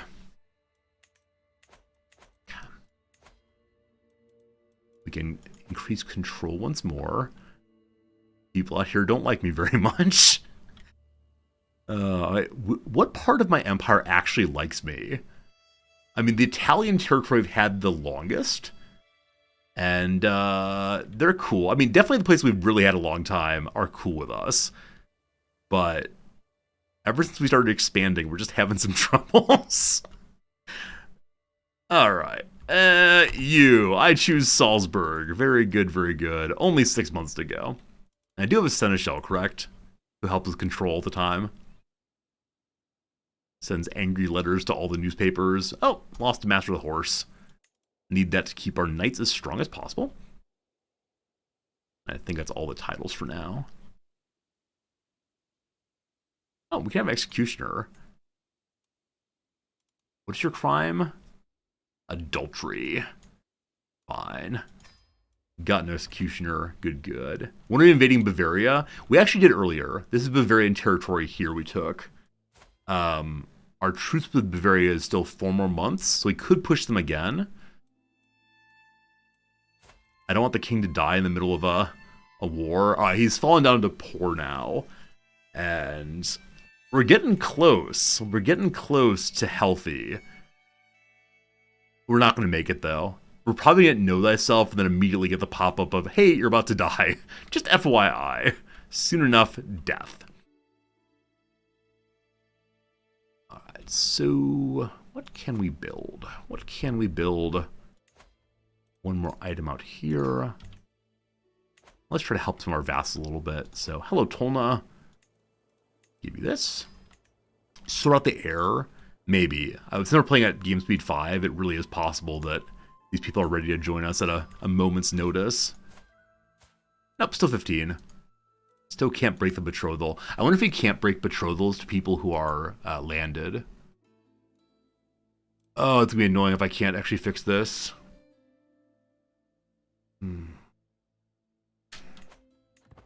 I mean, if she inherits, then we'll be able to force her to... Yeah, if she inherits, we'll be able to force her to give up her marriage. So what kingdom is closest to us here? The Kingdom of Great Moravia.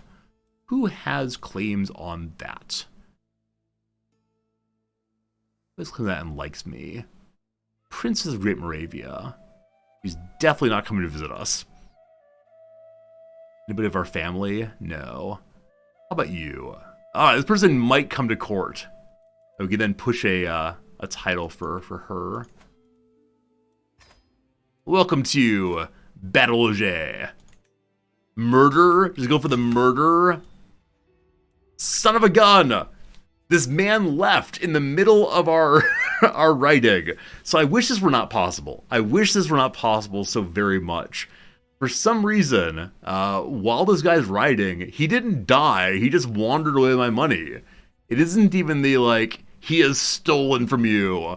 It's instead, he just decided he's busy elsewhere. I just don't understand. Like, he got a job somewhere. Cool.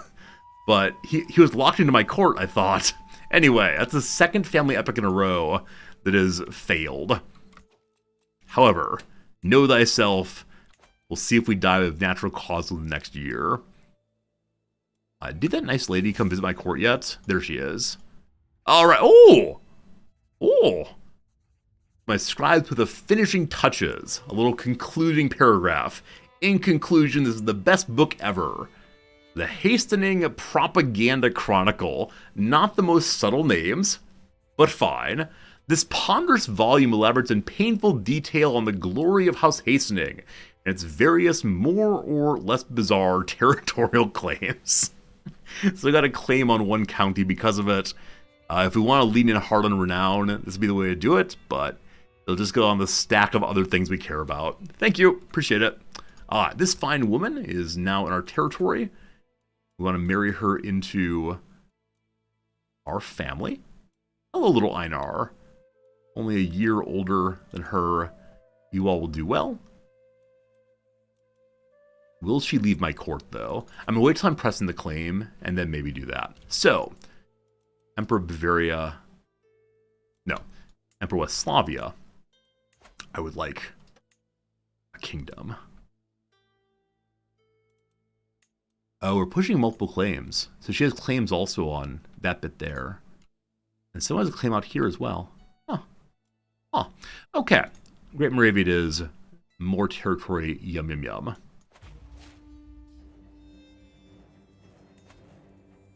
This will probably lead to a new peasant war as well. As before, we're just going to use the Holy Order and our men at arms. Already hired. Terribly sorry, I need them. This one has more troops, so the Faithful of Tyr will come. King Dieter is using them. What's King Dieter using them on? Was it Peasant War maybe, or Tyranny War? So the Prince and Aquitaine trying to take back Aquitaine. And King Dieter is fighting a peasant war with them. You don't need them, you're fine. So we borrowed the Holy Order once more.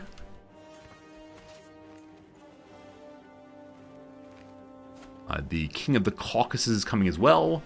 Not a Catholic, but various Christians leaders are showing up to help.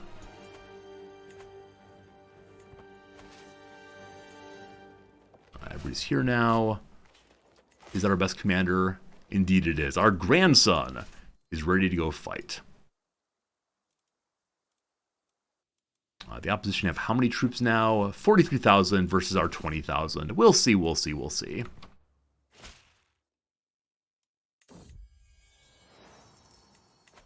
All right. Our heir is now an adult. So, because she's married to a landed person, I cannot invite her to my court at all. Hopefully she's not pregnant yet. So, I need to instabulate him. At 54% currently. He's also a criminal, a kinslayer. So being a kinslayer, I can throw him in prison, but I'm not allowed to kill him for that, I'm fairly sure. If he killed my own family, I may be able to. But I don't think so with only... Yeah, kinslaying is merely shunned. It's not as evil as can be.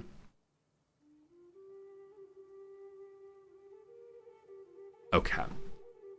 We don't want to imprison, we do want to immurderate. 33% on that.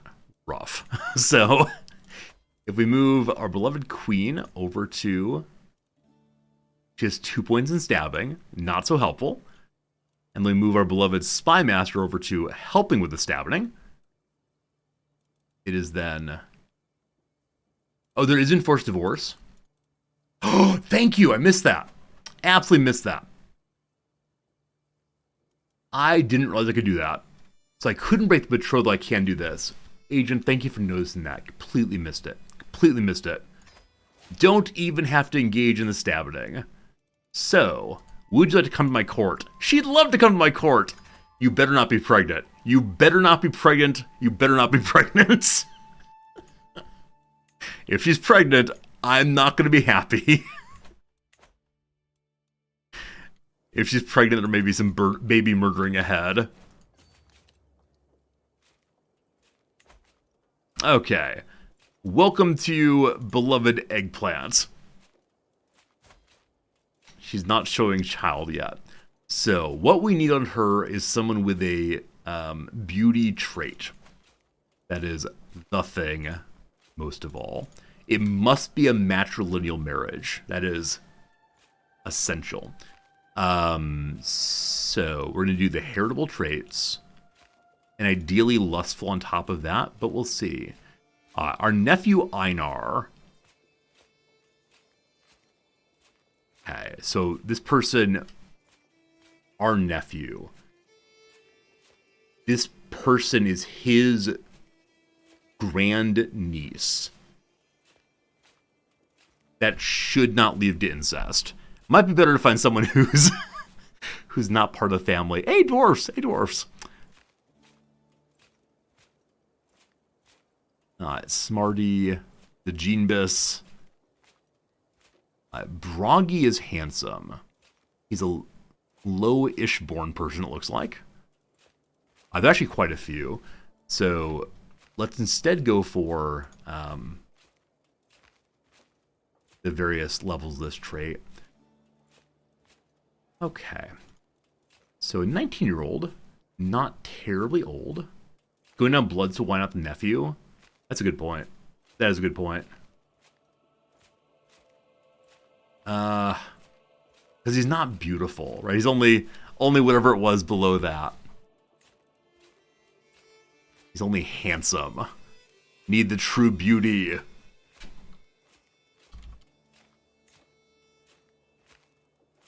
So nobody has multiple positive traits. So I think this guy wins. He's a Welsh fellow of our faith. This fellow is true Norse, but maybe a little too old. Yeah, I mean, this is all lovely. Not chaste. Welcome to adulthood. Welcome to very high. Welsh guy, good guy. Not gay. Missing a leg, but not gay. Awesome. I hope we did matrilineal marriage. I'm pretty sure we did. We did. Okay. This is the possibility. We now go through every single child she produces for the rest of her life and hope beyond hope that we manage to produce a Truly wonderful child.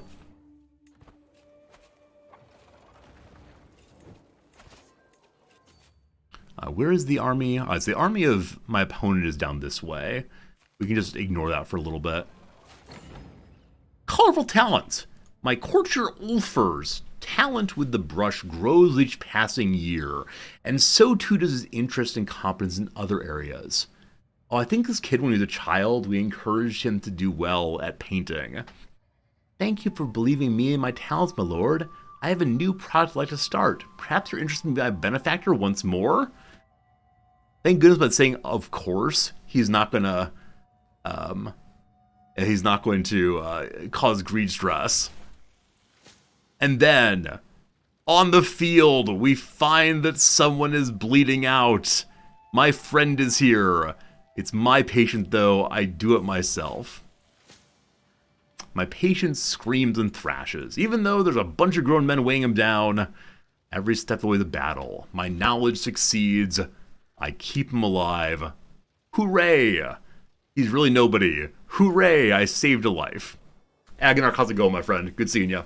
Hope you're having an absolutely lovely day of the week. Okay, like I said, what am I actually fighting for here? Great Moravia. Okay, so everything I'm attacking is territory that we have claims on. Beloved Pumpkin has died of old age at the age of 65. Are you truly my son? Who's a deviant? Who knows what strange things he did to himself? At the age of 83, we say old age and then scoff repeatedly. So here comes a new stress event. Can I stop this one straight away? No. No, we have none of the stop stress buttons. So, let's see what critical event we get. Poor Prince Pumpkin. Nothing positive. Alright. I miss my son Pumpkin. As a baby, I held him. He was tiny and fragile, and now he is nothing. We could become melancholic. That makes us big, sad all the time. Health penalty. We can give up on eating. If we do that, we'll gradually become quite a slight figure, and if we do that, health will go away. Or I can say, he is not gone, he's right here. And we fill his corpse with, I don't know, cotton or straw, and we don't get as much stress right now. And we cause everyone to be very unhappy with us for carrying a dead corpse around. That's fine. It's fun being insane. Okay. Crazy King is at 0 stress. Good, good, good, good, good. Good, good, good, good, good.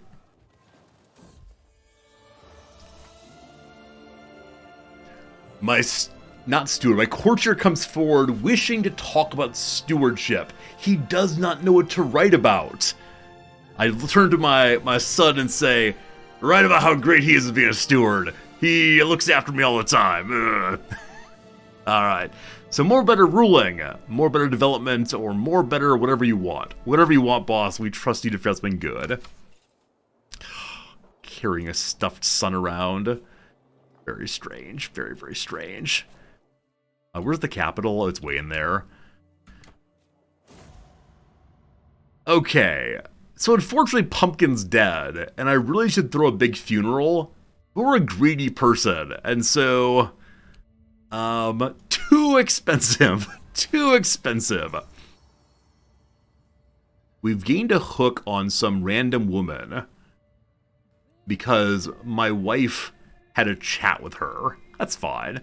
Alright, my efforts to impress have fallen flat. My relationship with Duke Muhammad of Socotra, this is the little island we have in the Indian Ocean, stand on shaky ground. However, we can invite Ulfur to put a dedication on the masterpiece he's making. If we do that, Duke Muhammad will like us more, or nothing. Yeah, let's dedicate it for our friend here. And more friends help with us keeping our stress low until eventually they die. New Caucasian, I suppose, ruler has joined this. They're still losing big. And actually, the Caucasian ruler is in a war with somebody else also. Speaking of wars out east. Alright, so the Khan is once again attacking the Persian Empire. The Khan is going to take this again, I believe. My goodness. The thing I worry about is he's being greedy in Indian territory, and I plan to go take over India at some point before too terribly long. So I need him to please stay out my way. Okay, where were we, what we're doing? Right. Grima has come of age. Some random daughter. Let's find her some random person to marry off to. I'm sure we'll give her an opportunity to have a genius in the family. Not inheriting line, but that's okay. He's 16. We'll go ahead and do it by age. Like, one-year-old geniuses. These are the gifted kids who do really well in school, and then at some point before too terribly long, like, realize they don't have to work hard. And so they get to college and say, no, all my assignments are so easy. Wait, who is this child? Genius, handsome, and makes more babies.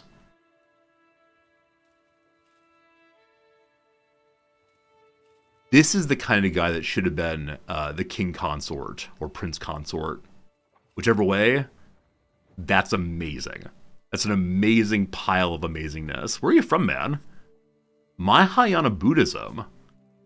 He's just wandering around. He's on his little Buddhist trek. Wow. Those might be some very, very good kids to have. Alright, so she is now wandering with him also. No, she's in our court, actually. Is he coming to our courts? He's still a child, so a couple more years and he may do so. Alright, we're just cutting across this way. King Horoslava has changed her culture from Slovenian to Alsatian, Alsace and Lorraine. And the last king knew so many languages. This king is, I think, just knows Norse, honestly. Okay, because we're using a smaller army, I will, in fact, try to fill up the food buckets this time.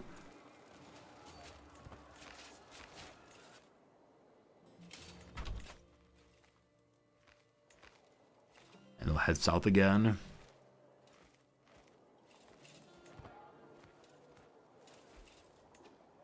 People dying in prison. Sorry. Factions against us. More orthodox. Anytime I see a faction pop up, I wonder, are my people doing what they need to do? Certainly not. Alright. More conversions needed. And then we need to also work on control.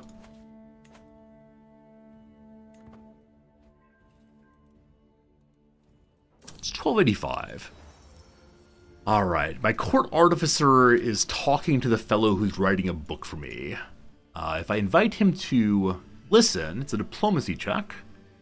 If we do that, there's a higher chance of him writing a slightly higher book. So we'll go hard on diplomacy for just a moment. And now we have a 56% chance. Hey, we win. Higher quality book. Very, very good. And just like that, we've managed to live long enough to become healthy. A flat health bonus. And so now at the age of 84, we are feeling, still poor, unfortunately. Still not so good. What a shame, what a shame, what a shame. We'll probably never see the king at anything other than poor again. Okay.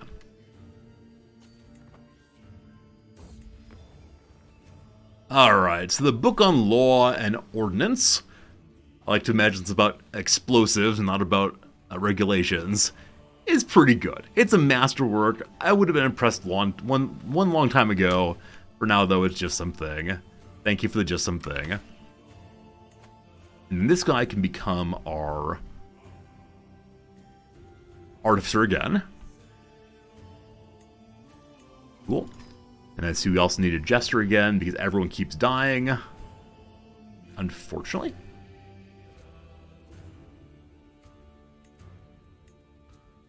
Average quality. Put on the funny clothes. Put on the funny clothes, random man. Oh, that man's the, that man is the someday prince consort. No children yet. Do I have fertility items for you also, boss? I don't think I got another pressed flower yet. I don't think these books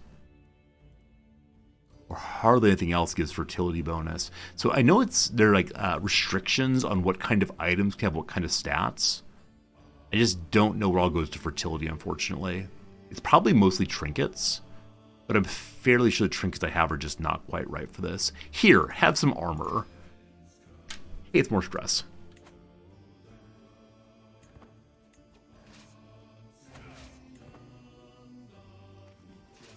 Oh, we can use a commander who can stretch food. Do we have one? Not anywhere towards the top, unfortunately.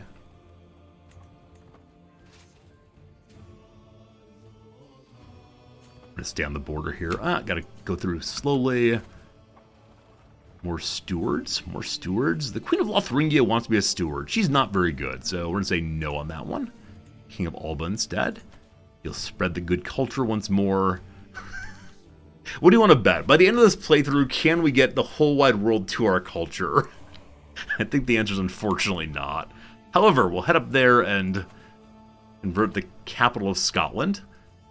Yeah, if I'd been going much more slowly and ensuring that every single one of the vassals we gave territory to was Norse, that would have worked very, very well. But unfortunately, it's the case that we just didn't do that.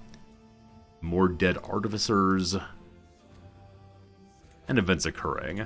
Just 2 new items. What are these new items we got? One's the new fancy book, I believe. They're both writing new fancy books. Cool.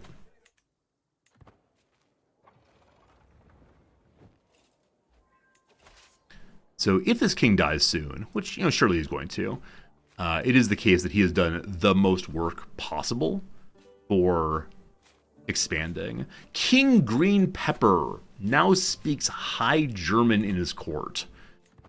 I don't know how we're going to make everyone speak our language. Oh no! Oh no! Once again, we have the gout.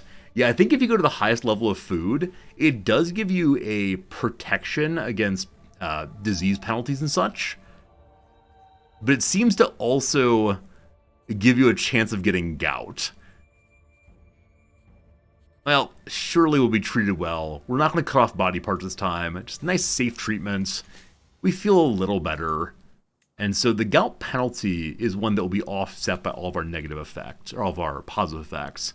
So still poor health, but gout will not kill us this day.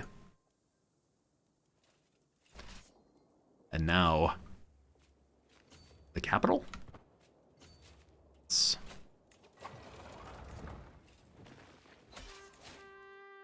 There's the war. The end. I give to you more territory.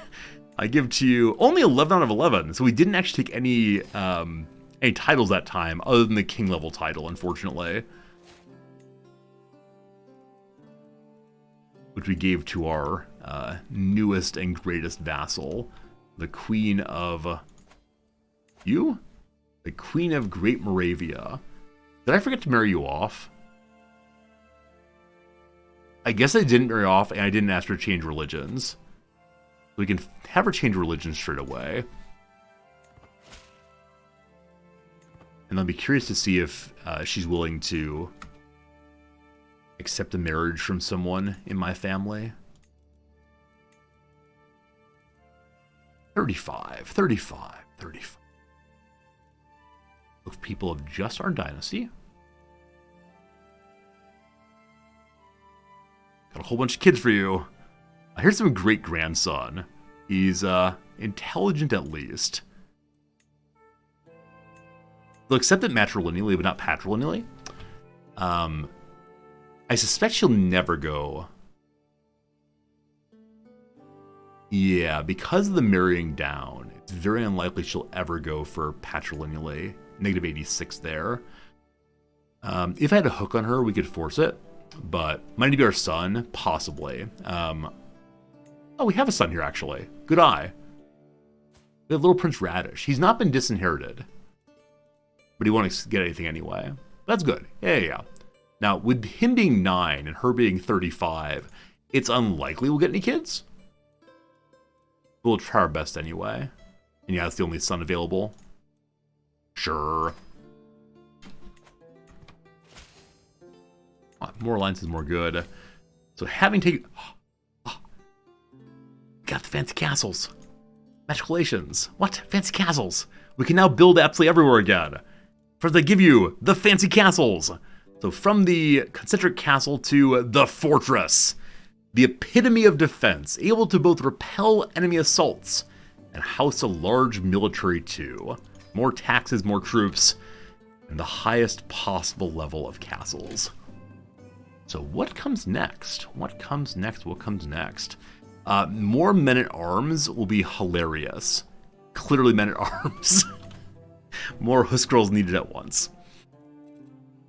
We're only 1 vassal over, and we're at 0 stress, so we can fix this.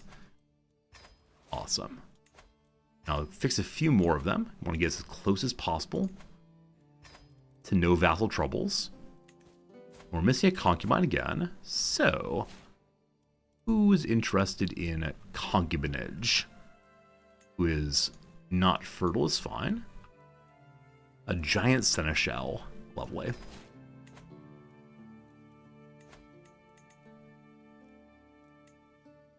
Empress Prabana of West Slava. Nice.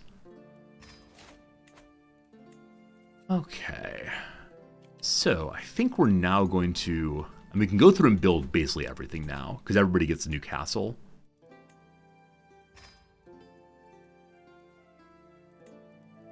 Or some of them already gotten it, actually. Oh, I see. So the culture of this area is not yet our culture. So there are some territories that we hold personally that have not been changed to our culture yet, and we really should do that. So next time we're looking for somewhere to change culture on, we now know the answer correctly. Constantinople, good. Rome. Now, all of our major holdings, the biggest ones, have been converted to the correct culture. Other places not so sure. Okay, so age 85, doing fine, don't you worry. We have this. And so I'm curious, from here, can I reach here? Still no. Wow. Yeah, I really assumed that this outgrowth would be enough to get to India. But no, it's not. How about up here? Okay, so we can get from there to there. They're already fighting somebody else in the subjugation war.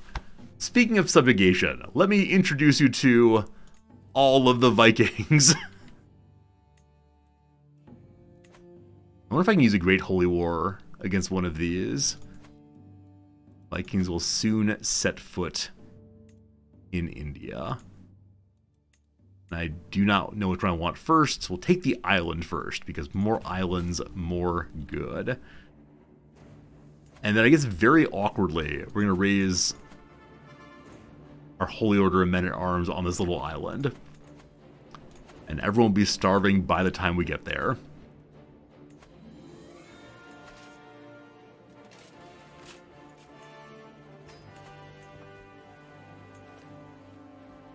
Enemy Holy Order 2. There is a Hindu Holy Order.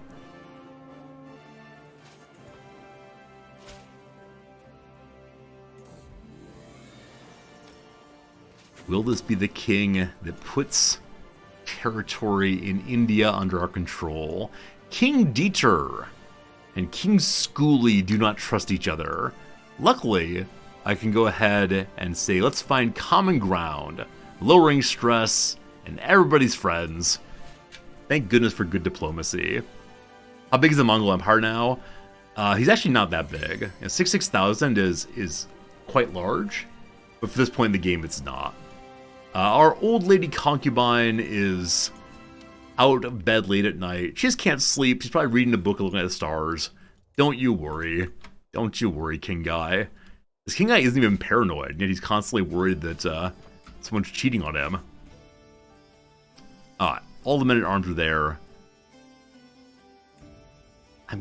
Where is the top commander that has the ability to carry 300 food? Which one is that? Or is that a trait in the martial tree? It may be. Well, whichever way, we'll use the Holy Warrior. Gonna bring the good news of Odin to the Far East. And our goal over here is to gradually take over all of the holy sites of Hinduism, so that eventually we can convert to Hinduism and hold them all at once. My giant has lover's pox. No! That's gross. Another converted faith is done. Let's do our little island here, I suppose. Only 21 months. Good stuff. And I saw they hopped in their boats and headed somewhere. So, are they heading for my capital? Well, we'll be taking their capital at once, and then we'll see what comes of it. The Duke Mothi of Latagalians, which is, I don't know where, has items about Queen Girly. Someone tried to kill her. Who was it? Let's find out. We got lots of money, so it is Jarl Vigfis. Vigfis, show me your contract. You're already high, so I don't really need a hook on you. Thank you. In the future, we might do some blackmailing to stop him from causing problems for us.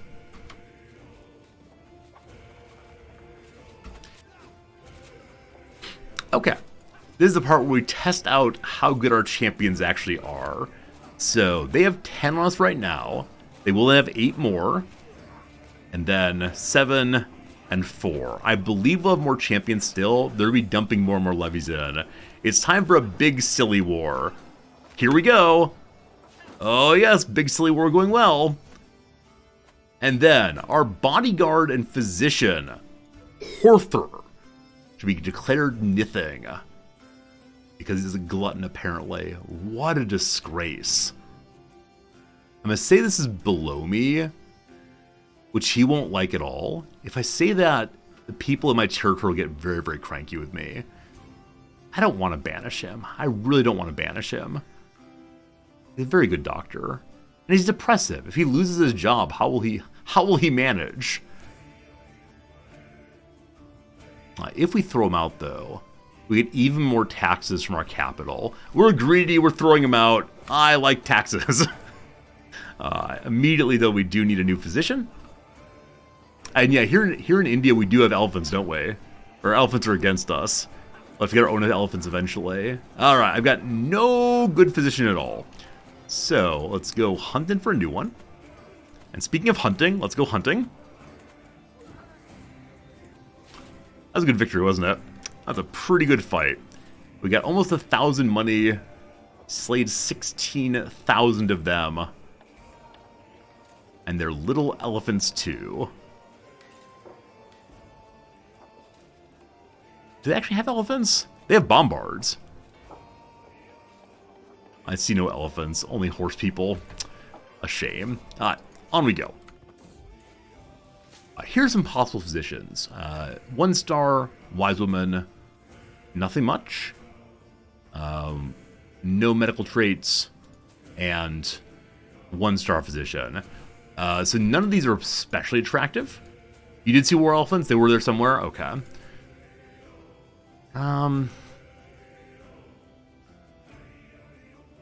I guess we're going to decide by who has the higher learning of the ones who have some physician abilities.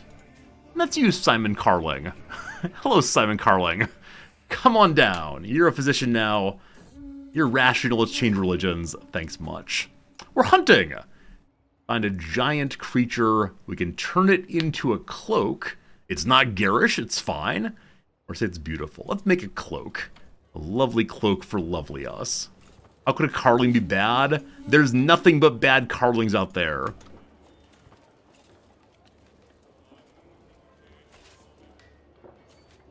Is feast up also? It is. Down to 0 stress again. Let's go ahead and trade out these last couple vassals. Oh, I'm actually marching their capital for no good reason. We should be going this way and taking the territory that, taking the territory that we're actually fighting for. Anyway, people are sneaking into other people's bedrooms. It's an unmarried artificer and an unmarried vassal. Aww. Aww, I'll send my artificer out for this. So his name is Ulfer Unrsen.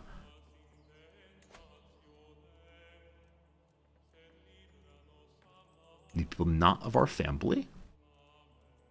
I think he was in his 30s or 40s. There he is. It's a love match. They won't accept. Matrilineally you will, though. Alright, there you go. Lovers no more. Now, happy marriage for everybody. And this may not be the best of battles here. It appears we're working it out. Oh, we have no commander? Where did our commander go? Where'd the commander go? Oh, boy. So I had a commander. He must have died while we were marching forward. And I just missed that. So we're going to lose this battle. That's pretty unfortunate. This is what happens when we play at speed 4, unfortunately. Alright, the guests are gone. We had a good time. No worries, no worries. I may have given them away. Oh, that's a good call. I did give away a whole bunch of vassals and was not paying attention to that. Alright, don't you worry. We'll have a commander real soon, no problems. However, we're now whole of body. Less stress, more health, bonus to fertility. The old man's makes more babies. We're feeling fine. At age 86, we're feeling fine. Is he gonna make it to 90? Is this absolute loony man who's been taking over everything he sees gonna make it to age 90? Crazy, crazy, crazy. Crazy, crazy, crazy. Is not better than one of the Empress? Oh, it probably is. I don't want to push the suicide button. I feel gross pushing the suicide button always. Actually, I've never pushed it. It is the forbidden button. So he'll die when he dies. I mean, we should look for predictable deaths. But at the same time, I would like very much to not do that. The Khan is dead. Emperor High King Chagatai Chulgetis of the Mongol Empire is now the ruler. And he is our nephew. Unfortunately, they're not married matrilineally. Can you imagine if they were? But Genghis who? It's the Mongol Empire is still an empire. And I believe they will be persisting for a very, very long time. Very long time there. I think I gave a commander to that army. I'll check in a second. Goodbye, prisoners. Oh, they don't splinter. I don't know why, but the Mongol Empire has had 4 or 5 Khans now, and they managed to hold it together the whole time. Now, I said I don't know why that's happened. Someone decided to ally with Genghis Khan and has been doing a halfway decent job helping him out along the way. Now, we could propose an alliance, I think. No. So, nephew is not close enough for an alliance, unfortunately. We'll see. Hello, Enrak. How's it going? You'll be at later start dates for Breakup Mongol Empire. I agree with that. Yeah, I agree with that. I'm always glad to get earlier and later start dates. Nope, no commander. Huh, he died again. As long as we don't pass over the strait here, we're fine. So we want to attack into territory that we still hold. We may not get there in time, but let's see, let's see. Not quite. No, actually, we're good to go. All right. So even chances. Let's see what happens. Looking good. When you have a better commander and more champions, it's never even chances. Jarl Sturla's friendship. Hello, Jarl Sturla. You're some random guy. I could try to get more friends. Because they're younger than me, they'll probably die before the king does. So I will try to get more friendships now. And while marching through India, we caught a Gujarati war banner. Fancy, fancy, fancy. If we hung that up, we'd be able to get better knight effectiveness. And probably if we were min-maxing, that would be the move. But as of right now, I'm okay for role-playing reasons, maintaining the items we have. Voices have been raised. People are furious at the Ting meet. I can decide which place I love more, or I just ignore them and lower stress. Good. Okay, a couple things. Number one, we've made a new castle called Thera. Give that away randomly. We then also have a betrothal. So this marriage might be hilarious. As you see, there are tons of heritable traits, and I can't wait to see what we produce out of them. And speaking of producing things, what is wrong with you? What is wrong with you? You've been alive and married for 3 years. You're lustful and heterosexual. I've given you 2 let's make baby trinkets. Actually, you have a third one. Huh. So why does she not have both of the pressed lilies, or pressed orchid and the pressed lily equipped? Strange. And then you, guy, also heterosexual. There should be 1 baby by now. There should be 1 baby. Need to find more fertility items. The grind for 1453 is real? Yeah. I intend to get it by tomorrow. I played for about 2.5 hours off stream last night, which I usually do not do on my stream playthroughs. But I refuse to let this playthrough keep going forever. With 1453, it's the end of the playthrough. The game hard stops at 1453.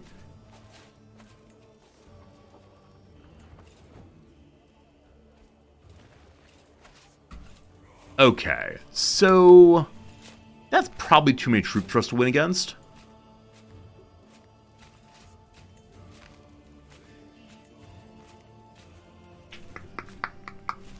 We'll see how this goes.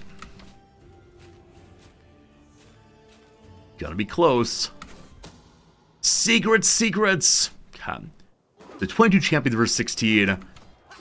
I never doubted it even for a second. Oh, champions are silly. 100% war score. Friends, we have made land in India. There you go. You often get bored and start another campaign. Yeah, I've never played this late in the game before. I'm just doing it because I know there's an achievement, and I sure would like that achievement. Who holds the ducal title here?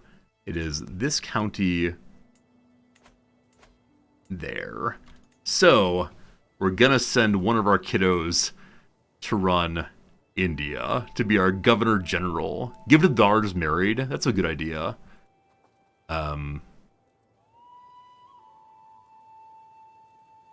I don't remember what her name is. Maybe you. It is you. Okay. So she and her lovely, possibly Indian son-in-law will go there. Awesome. I'll actually give her all the titles. That seems like more fun.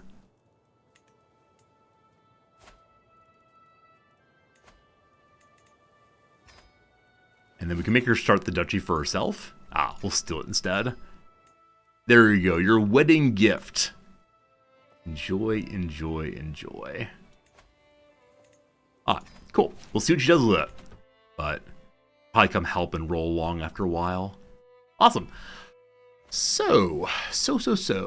Let's go back over to Europe and see what's going on over there. Appears to be some strife inside my territory, as occasionally happens. King guy. Back to poor health. Once more. So, I suspect it's the case we'll be seeing the end fairly soon. Lots of prisoners. Are any of the prisoners unmarried? Because that's the kind of guy I am. I don't want to steal anybody's wife in my prison. This guy has a bunch of troops. Their military strength is similar to ours. Video game, do you not know how to do math? Like, I understand that. I guess they're including my alliance as part of their military strength against me. That's pretty silly. Alright, so I'd like to let them out for a hook so that I can Yeah, so I can change his contract and get some more troops.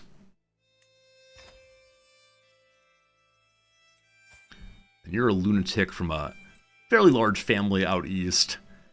Let's not come bearing death unto our enemies this time. Empress Westlavia. Does your husband really have no money? Wow. Yeah, he went into absolute debt trying to throw us out. Anybody who's unnamed will definitely be coming with death.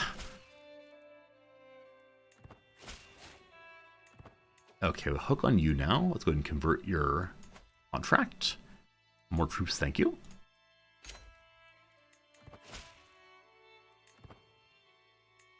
And then you're the first person we've captured in India. You may go free, but let me tell you about Odin. Now you go crazily tell everyone about Odin, thank you. The rest of y'all, wait. There's a genius who's 30 years old. I was planning to say goodbye to you, my friend, but if you're interested in joining us, that's fine too. Awesome. More genius, more good.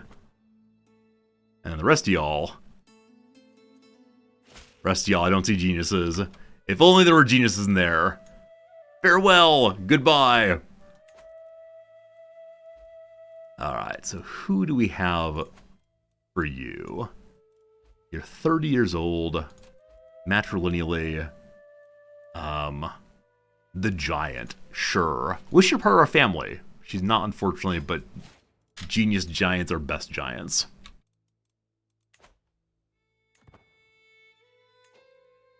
Okay, so up north there's a series of quick little battles. Are you interested in vassalizing? What, you're not? Okay. This is definitely one of those, let's fight 3 wars simultaneously.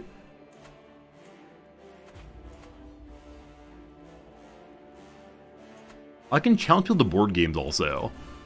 I actually forgot about that. We probably will not become king of all the board games this playthrough.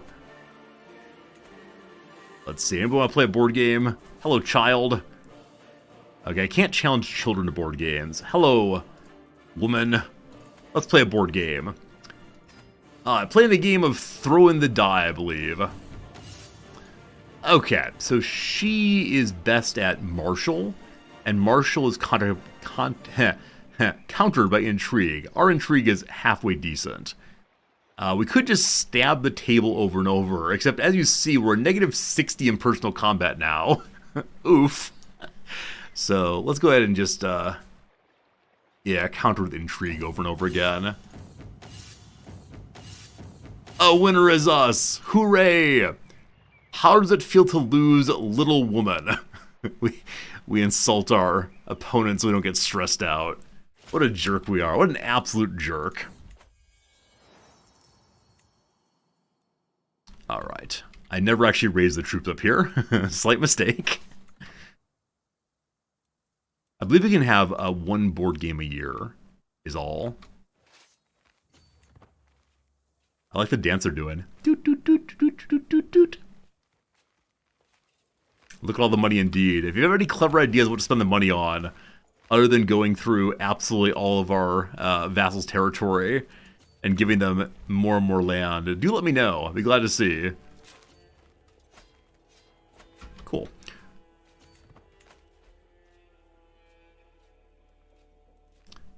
Various factions developing against us again. Time for more religious change. I'll just finish out the British territory. Right. And this guy, I'm not allowed to change his religion still. We tried to find a hook on him. We couldn't do so.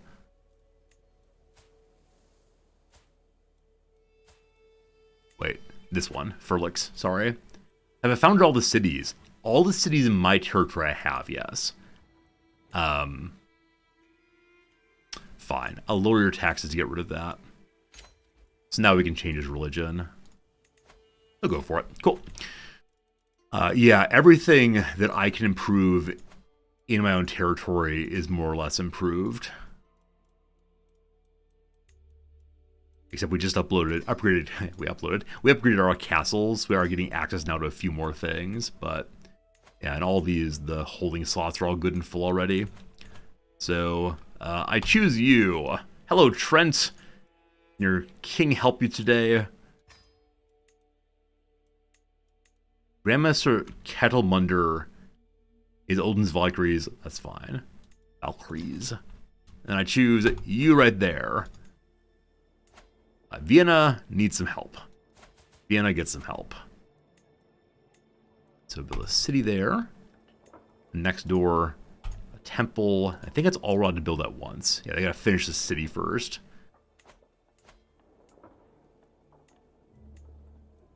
Here's where we can build all the cities for sure.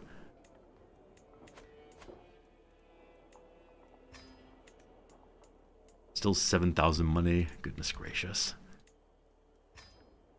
Hope all these vassals appreciate the good work I'm doing.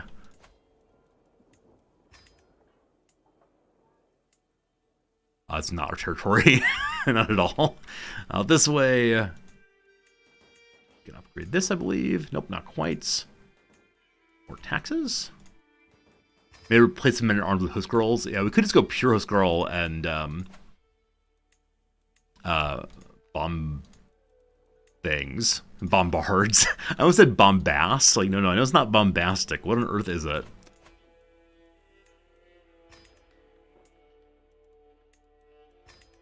Okay, just find a couple more little holdings to mix up. There we go.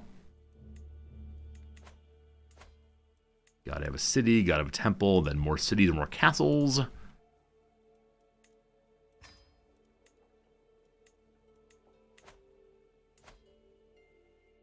Now we're off into Aquitaine. I saw there's more Catholics over here still. That's enough spending for now. Good to good. Fear not, this we'll see you later. We're shooting about another half hour today. Interesting. A couple quick interesting things. Number one, this was Bavaria, and it's split off. So I'm curious if this is a new Emperor Norbert. So we can attack both of these. I'll do at least East Franconia after we've finished the wars in the north. One down. Who's up next?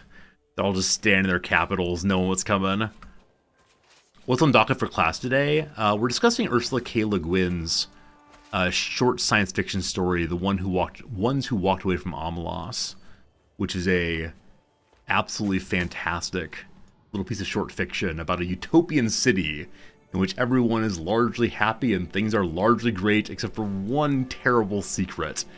And she raises this as a critique of utilitarianism, but also as a critique of our own cultures today, asking about what are the conditions under which societies thrive. Does the goodness of some people's life require, necessitate, encourage the badness of other people's lives? Deuterium, thank you for the follow, I appreciate it. Oh, you brave king. Attack the Vatican, you'll follow me. What if I tell you there is no Vatican anymore? What if I tell you the Pope does not exist? What if I tell you a long, long time ago there was a Pope and now it's a children's story? I don't know. I don't know what to tell you.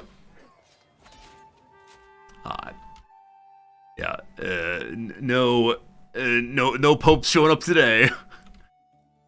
I believe we had 3 crusades against us before. Yeah, 3 crusades against us before the papacy was fully destroyed. But the Vatican still exists. Yeah, I mean, right. So the Vatican itself, like the Vaticano, is right here. It's been reconsecrated to Odin, presumably, but it's squarely in our territory.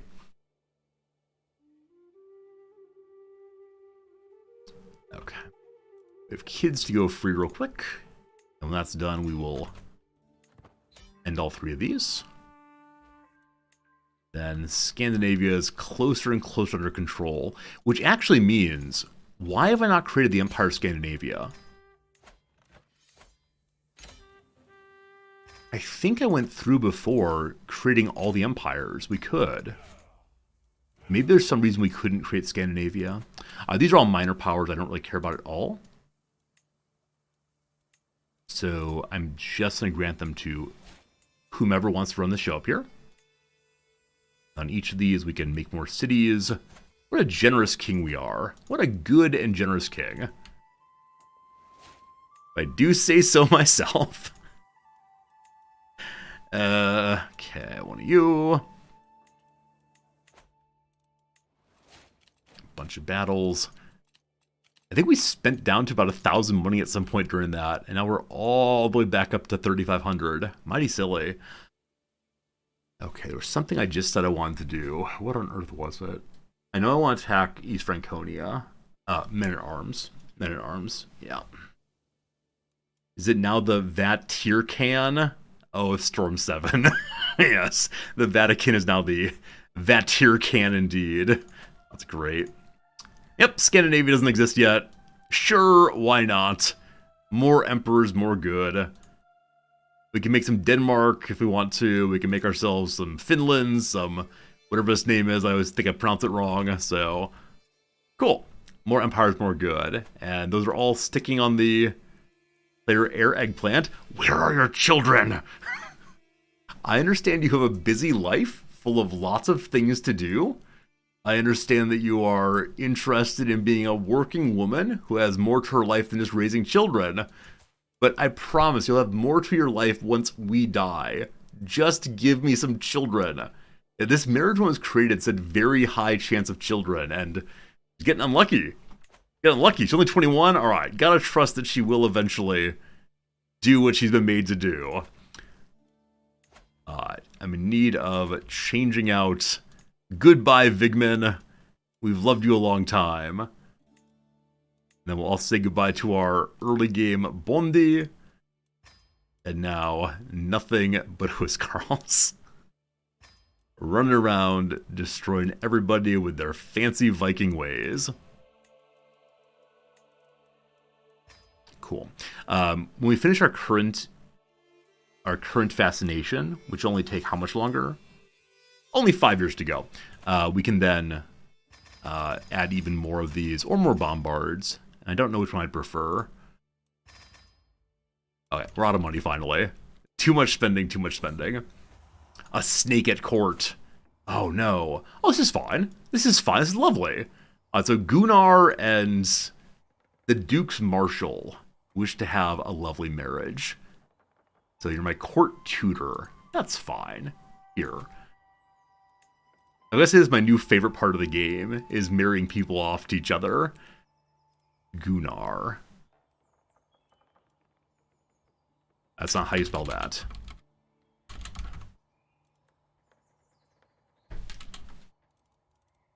Okay. You to her. They'll accept. Someone had lover's pox. Whoops. Have a good time, kid. Have a good time. Alright. Alright. A bunch more people to ransom again. And I see there's various children we could send off for educational purposes, but other than the inheriting character, I don't care too much about that right now. Our heir is in line to inherit titles. Which titles are those? A bunch of counties and jarldoms. That's fine. That's fine. We may get landed on our own at some points, but no real concerns. 17 low-quality items. Alright, who wants a crown?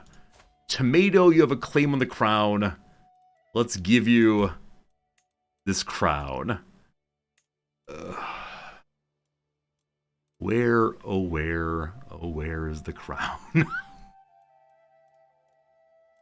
We could give our heir some nice items also. That's not the correct clown. I'm the only clown here. There's Jesus' face. Good. How is it no matter where I start scrolling, I'm always in the wrong spot? There it is. We gift you a crown. Congratulations. We're very low on stress still. So, we're going to give our heir various other items that you can in fact use. Why is your lily not equipped? This lily, you should equip it. Equip your lily, please. To you we gift armor and such, a sword and such. Here's a sword. It's not very good. Now, I wanted to have good things, which will give prestige especially. Increase romance power. Yes. Now, romance is not exactly what we need, but if romance happens, we do not mind it at all. We want to give a proper crown also, and some armor. There is bad armor, probably not.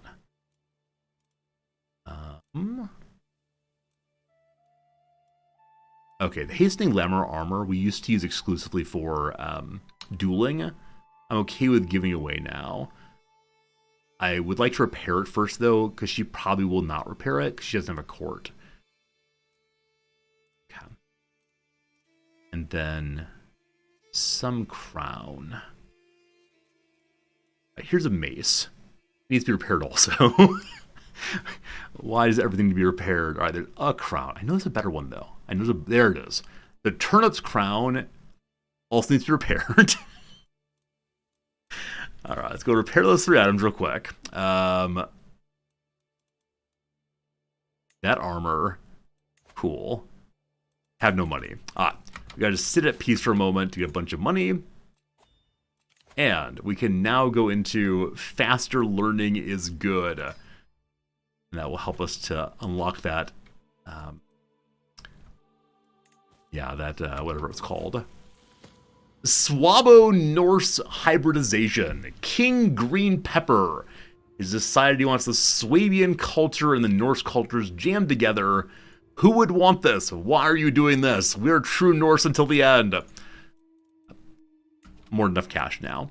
So, the armor. Repair. Cool. And then comes some regalia. Not that one.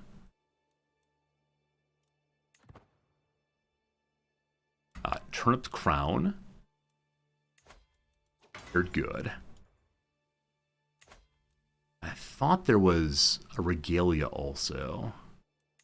It started with a B, maybe. It's not this regalia. Let's give her this junk that we found now. Hello, my dear. Once more with the scrolling. Emender's regalia, 30 years, long enough. We'll definitely be playing her within 30 years. Just looking for blue stuff. Now, all these books, unfortunately, require her having a court. We could make her a duke somewhere, so she'd be able to do that, but it's okay. I don't want her to get herself killed somehow.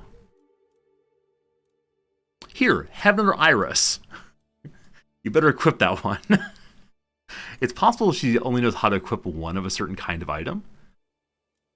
Like, definitely as a player, I've had a bunch of the same kind of items equipped. Primarily health items.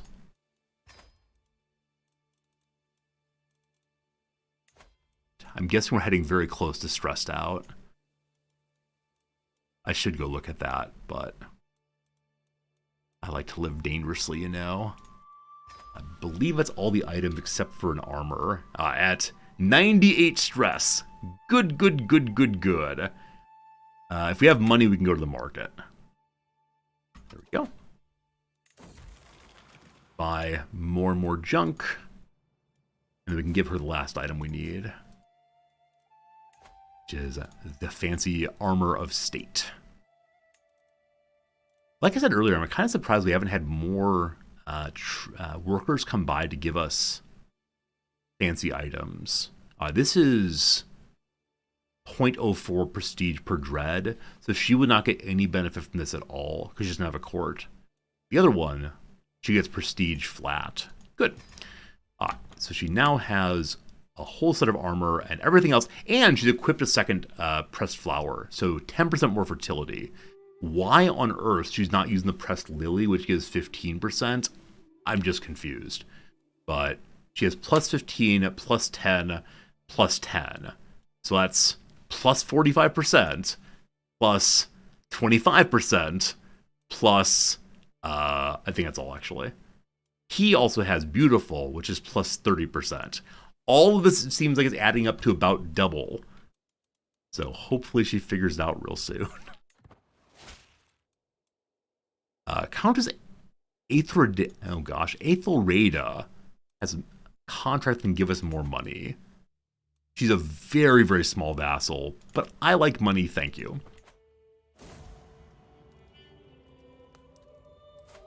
Okay. Osbjorn, the betrothed of my daughter Ulfilder, has passed away.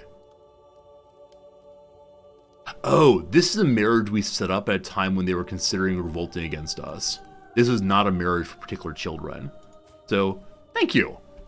Our 0-year-old daughter has freed herself from someone we do not care about at all. So, let's check big alliances now. Is it time to try to get into the Mongol Empire once more? Oh, they're having problems. Mongols are having problems. There's an independence war and a further Mongol invasion of Turan. At this. Is that really all you're attacking? Yeah, and then they have an independence war going everywhere. Well, best luck to you, boss. I'm not going to marry into that nonsense. So how old is our unmarried daughter? 15. Yeah, definitely time to find a spouse. Do you have any friends? Alright, let's go for a love match. This guy apparently is her friend. What's your name? Ulfildir.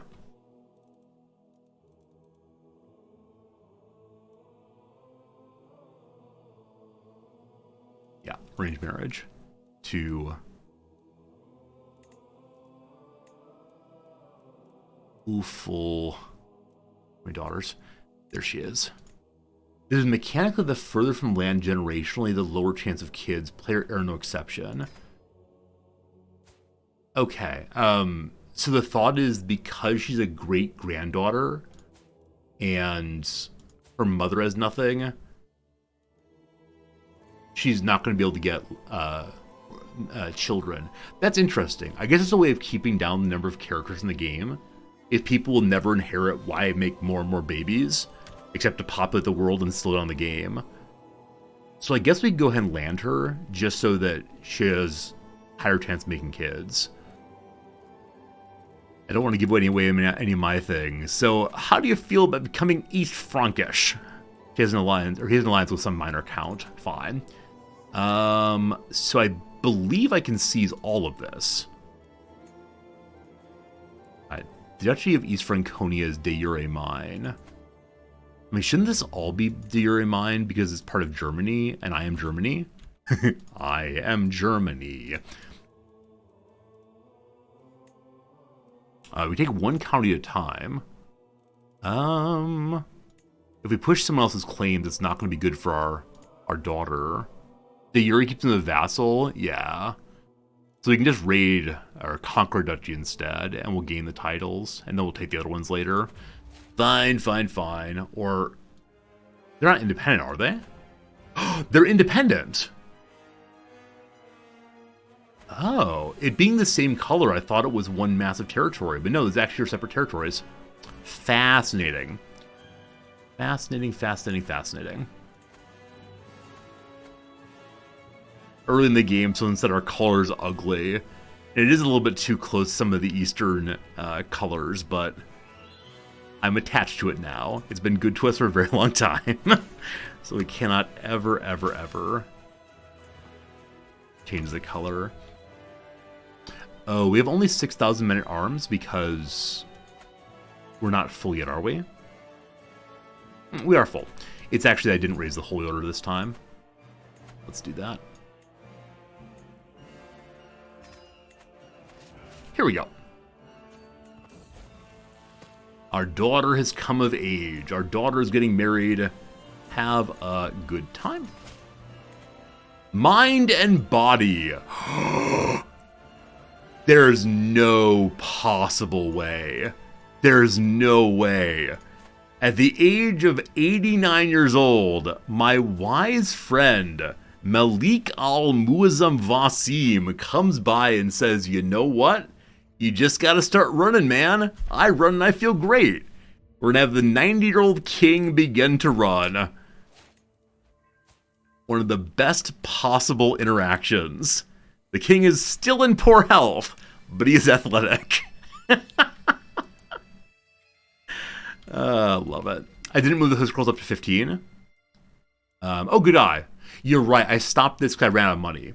When I ran out of money, I stopped increasing them. So I was correct that one was not entirely full. It's actually 3 of them. We'll still be fine, though. Yep, good stuff. Into Würzburg. We can convert ransom money into more men-at-arms.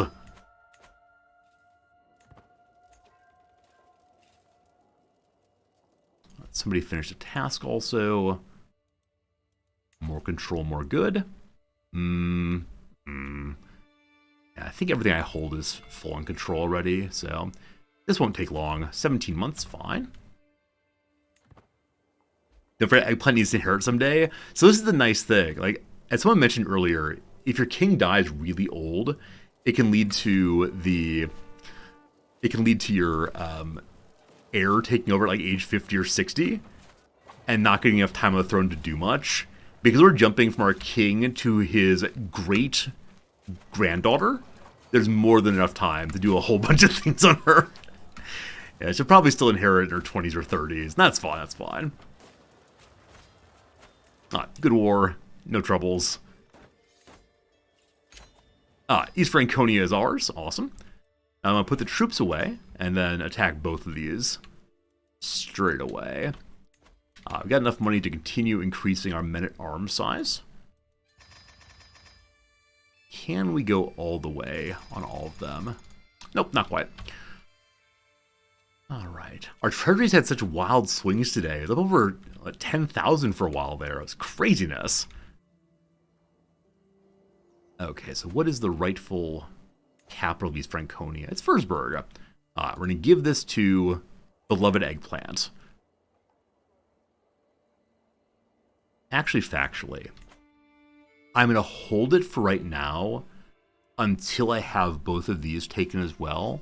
I'm then going to give her the duchy and all titles simultaneously, and I believe that will help us avoid greed, because we won't have to give these counts to her, and I believe giving counts away leads to more greed problems. So, hello, Count Guy. Give me the rest of the duchy, thank you. So for a brief moment, everyone will be very cranky with us that we have too many held titles, but that's a-okay. I've already hired their Holy Order. Oh, they haven't gone away yet. They haven't quite realized that we are no longer needing them. So bring me all the men-at-arms once more.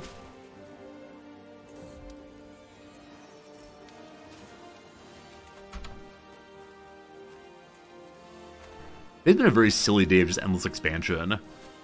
Like, I often say, in CK3 I get a little bored if all I do is expand. And just fight war after war after war. But clearly this is one of those cases where it's been a ton of fun. Good sieging, good fun. Thank you for your territory. Goodbye. Okay, awesome. So that blight is no more. The blight that is Bavaria continues to exist, but we've taken a pretty good snag out of that. Are we the true Holy Roman Empire? It feels like we're going in that direction very, very quickly. Alright, so... are you interested in vassalizing? Hello, Catholic man. Appears not to be. Yeah, it's true. West Slavia did explode. And so we can go pick up the pieces possibly at some point soon. But like I said, I'd like to give our heir all of this. So we create the duchy title. And then we give the ducal capital. Yep. To her. Along with everything in it. And we get no stress for doing this. She gets positive 340 opinion of us. Glorious. All right. So she's a real strong vassal suddenly. And that's totally fine. Just don't get killed, please. Also, where's that pregnancy? I got 5 minutes left on today's stream. We're approaching 200,000 total troops. Now, some of those are definitely Yeah, are definitely holy warriors who are now gone. Alright, we can continue filling up here. Are they all 15? Yes, they're all capped now for sure. In 3 years' time, we'll be able to increase them again. Good, good. Good, good, good, good, good. Alright, can we build more things? Seems like no. We have a little bit more cash. Time for our gout treatment! Basic treatment's fine. Feel better again. We made it to 90. I wondered if we would, and indeed we did. Will you see the end of this king? Yeah, we'll see. I mean, so when the stream ended yesterday, this king had just taken the throne at age 50 or so. And like I said, I played a couple hours offline, and I'm actually kind of amazed that he's still alive at this point. Okay, if he's gonna die, I really should be saving money now, just to make sure things are ready for the heir to take over. However, isn't it fun to keep building? Isn't that a good time? I think that's a good time. A snake at court. Shame, shame. Oh, speaking of shame, shame, our prison is overloaded with the feelings of shame. Okay, Hedwig, are you loved by anybody? Not really. So, what family is this? Some Eastern European family, no problems. Not recognizing any flags right now, so goodbye to everybody.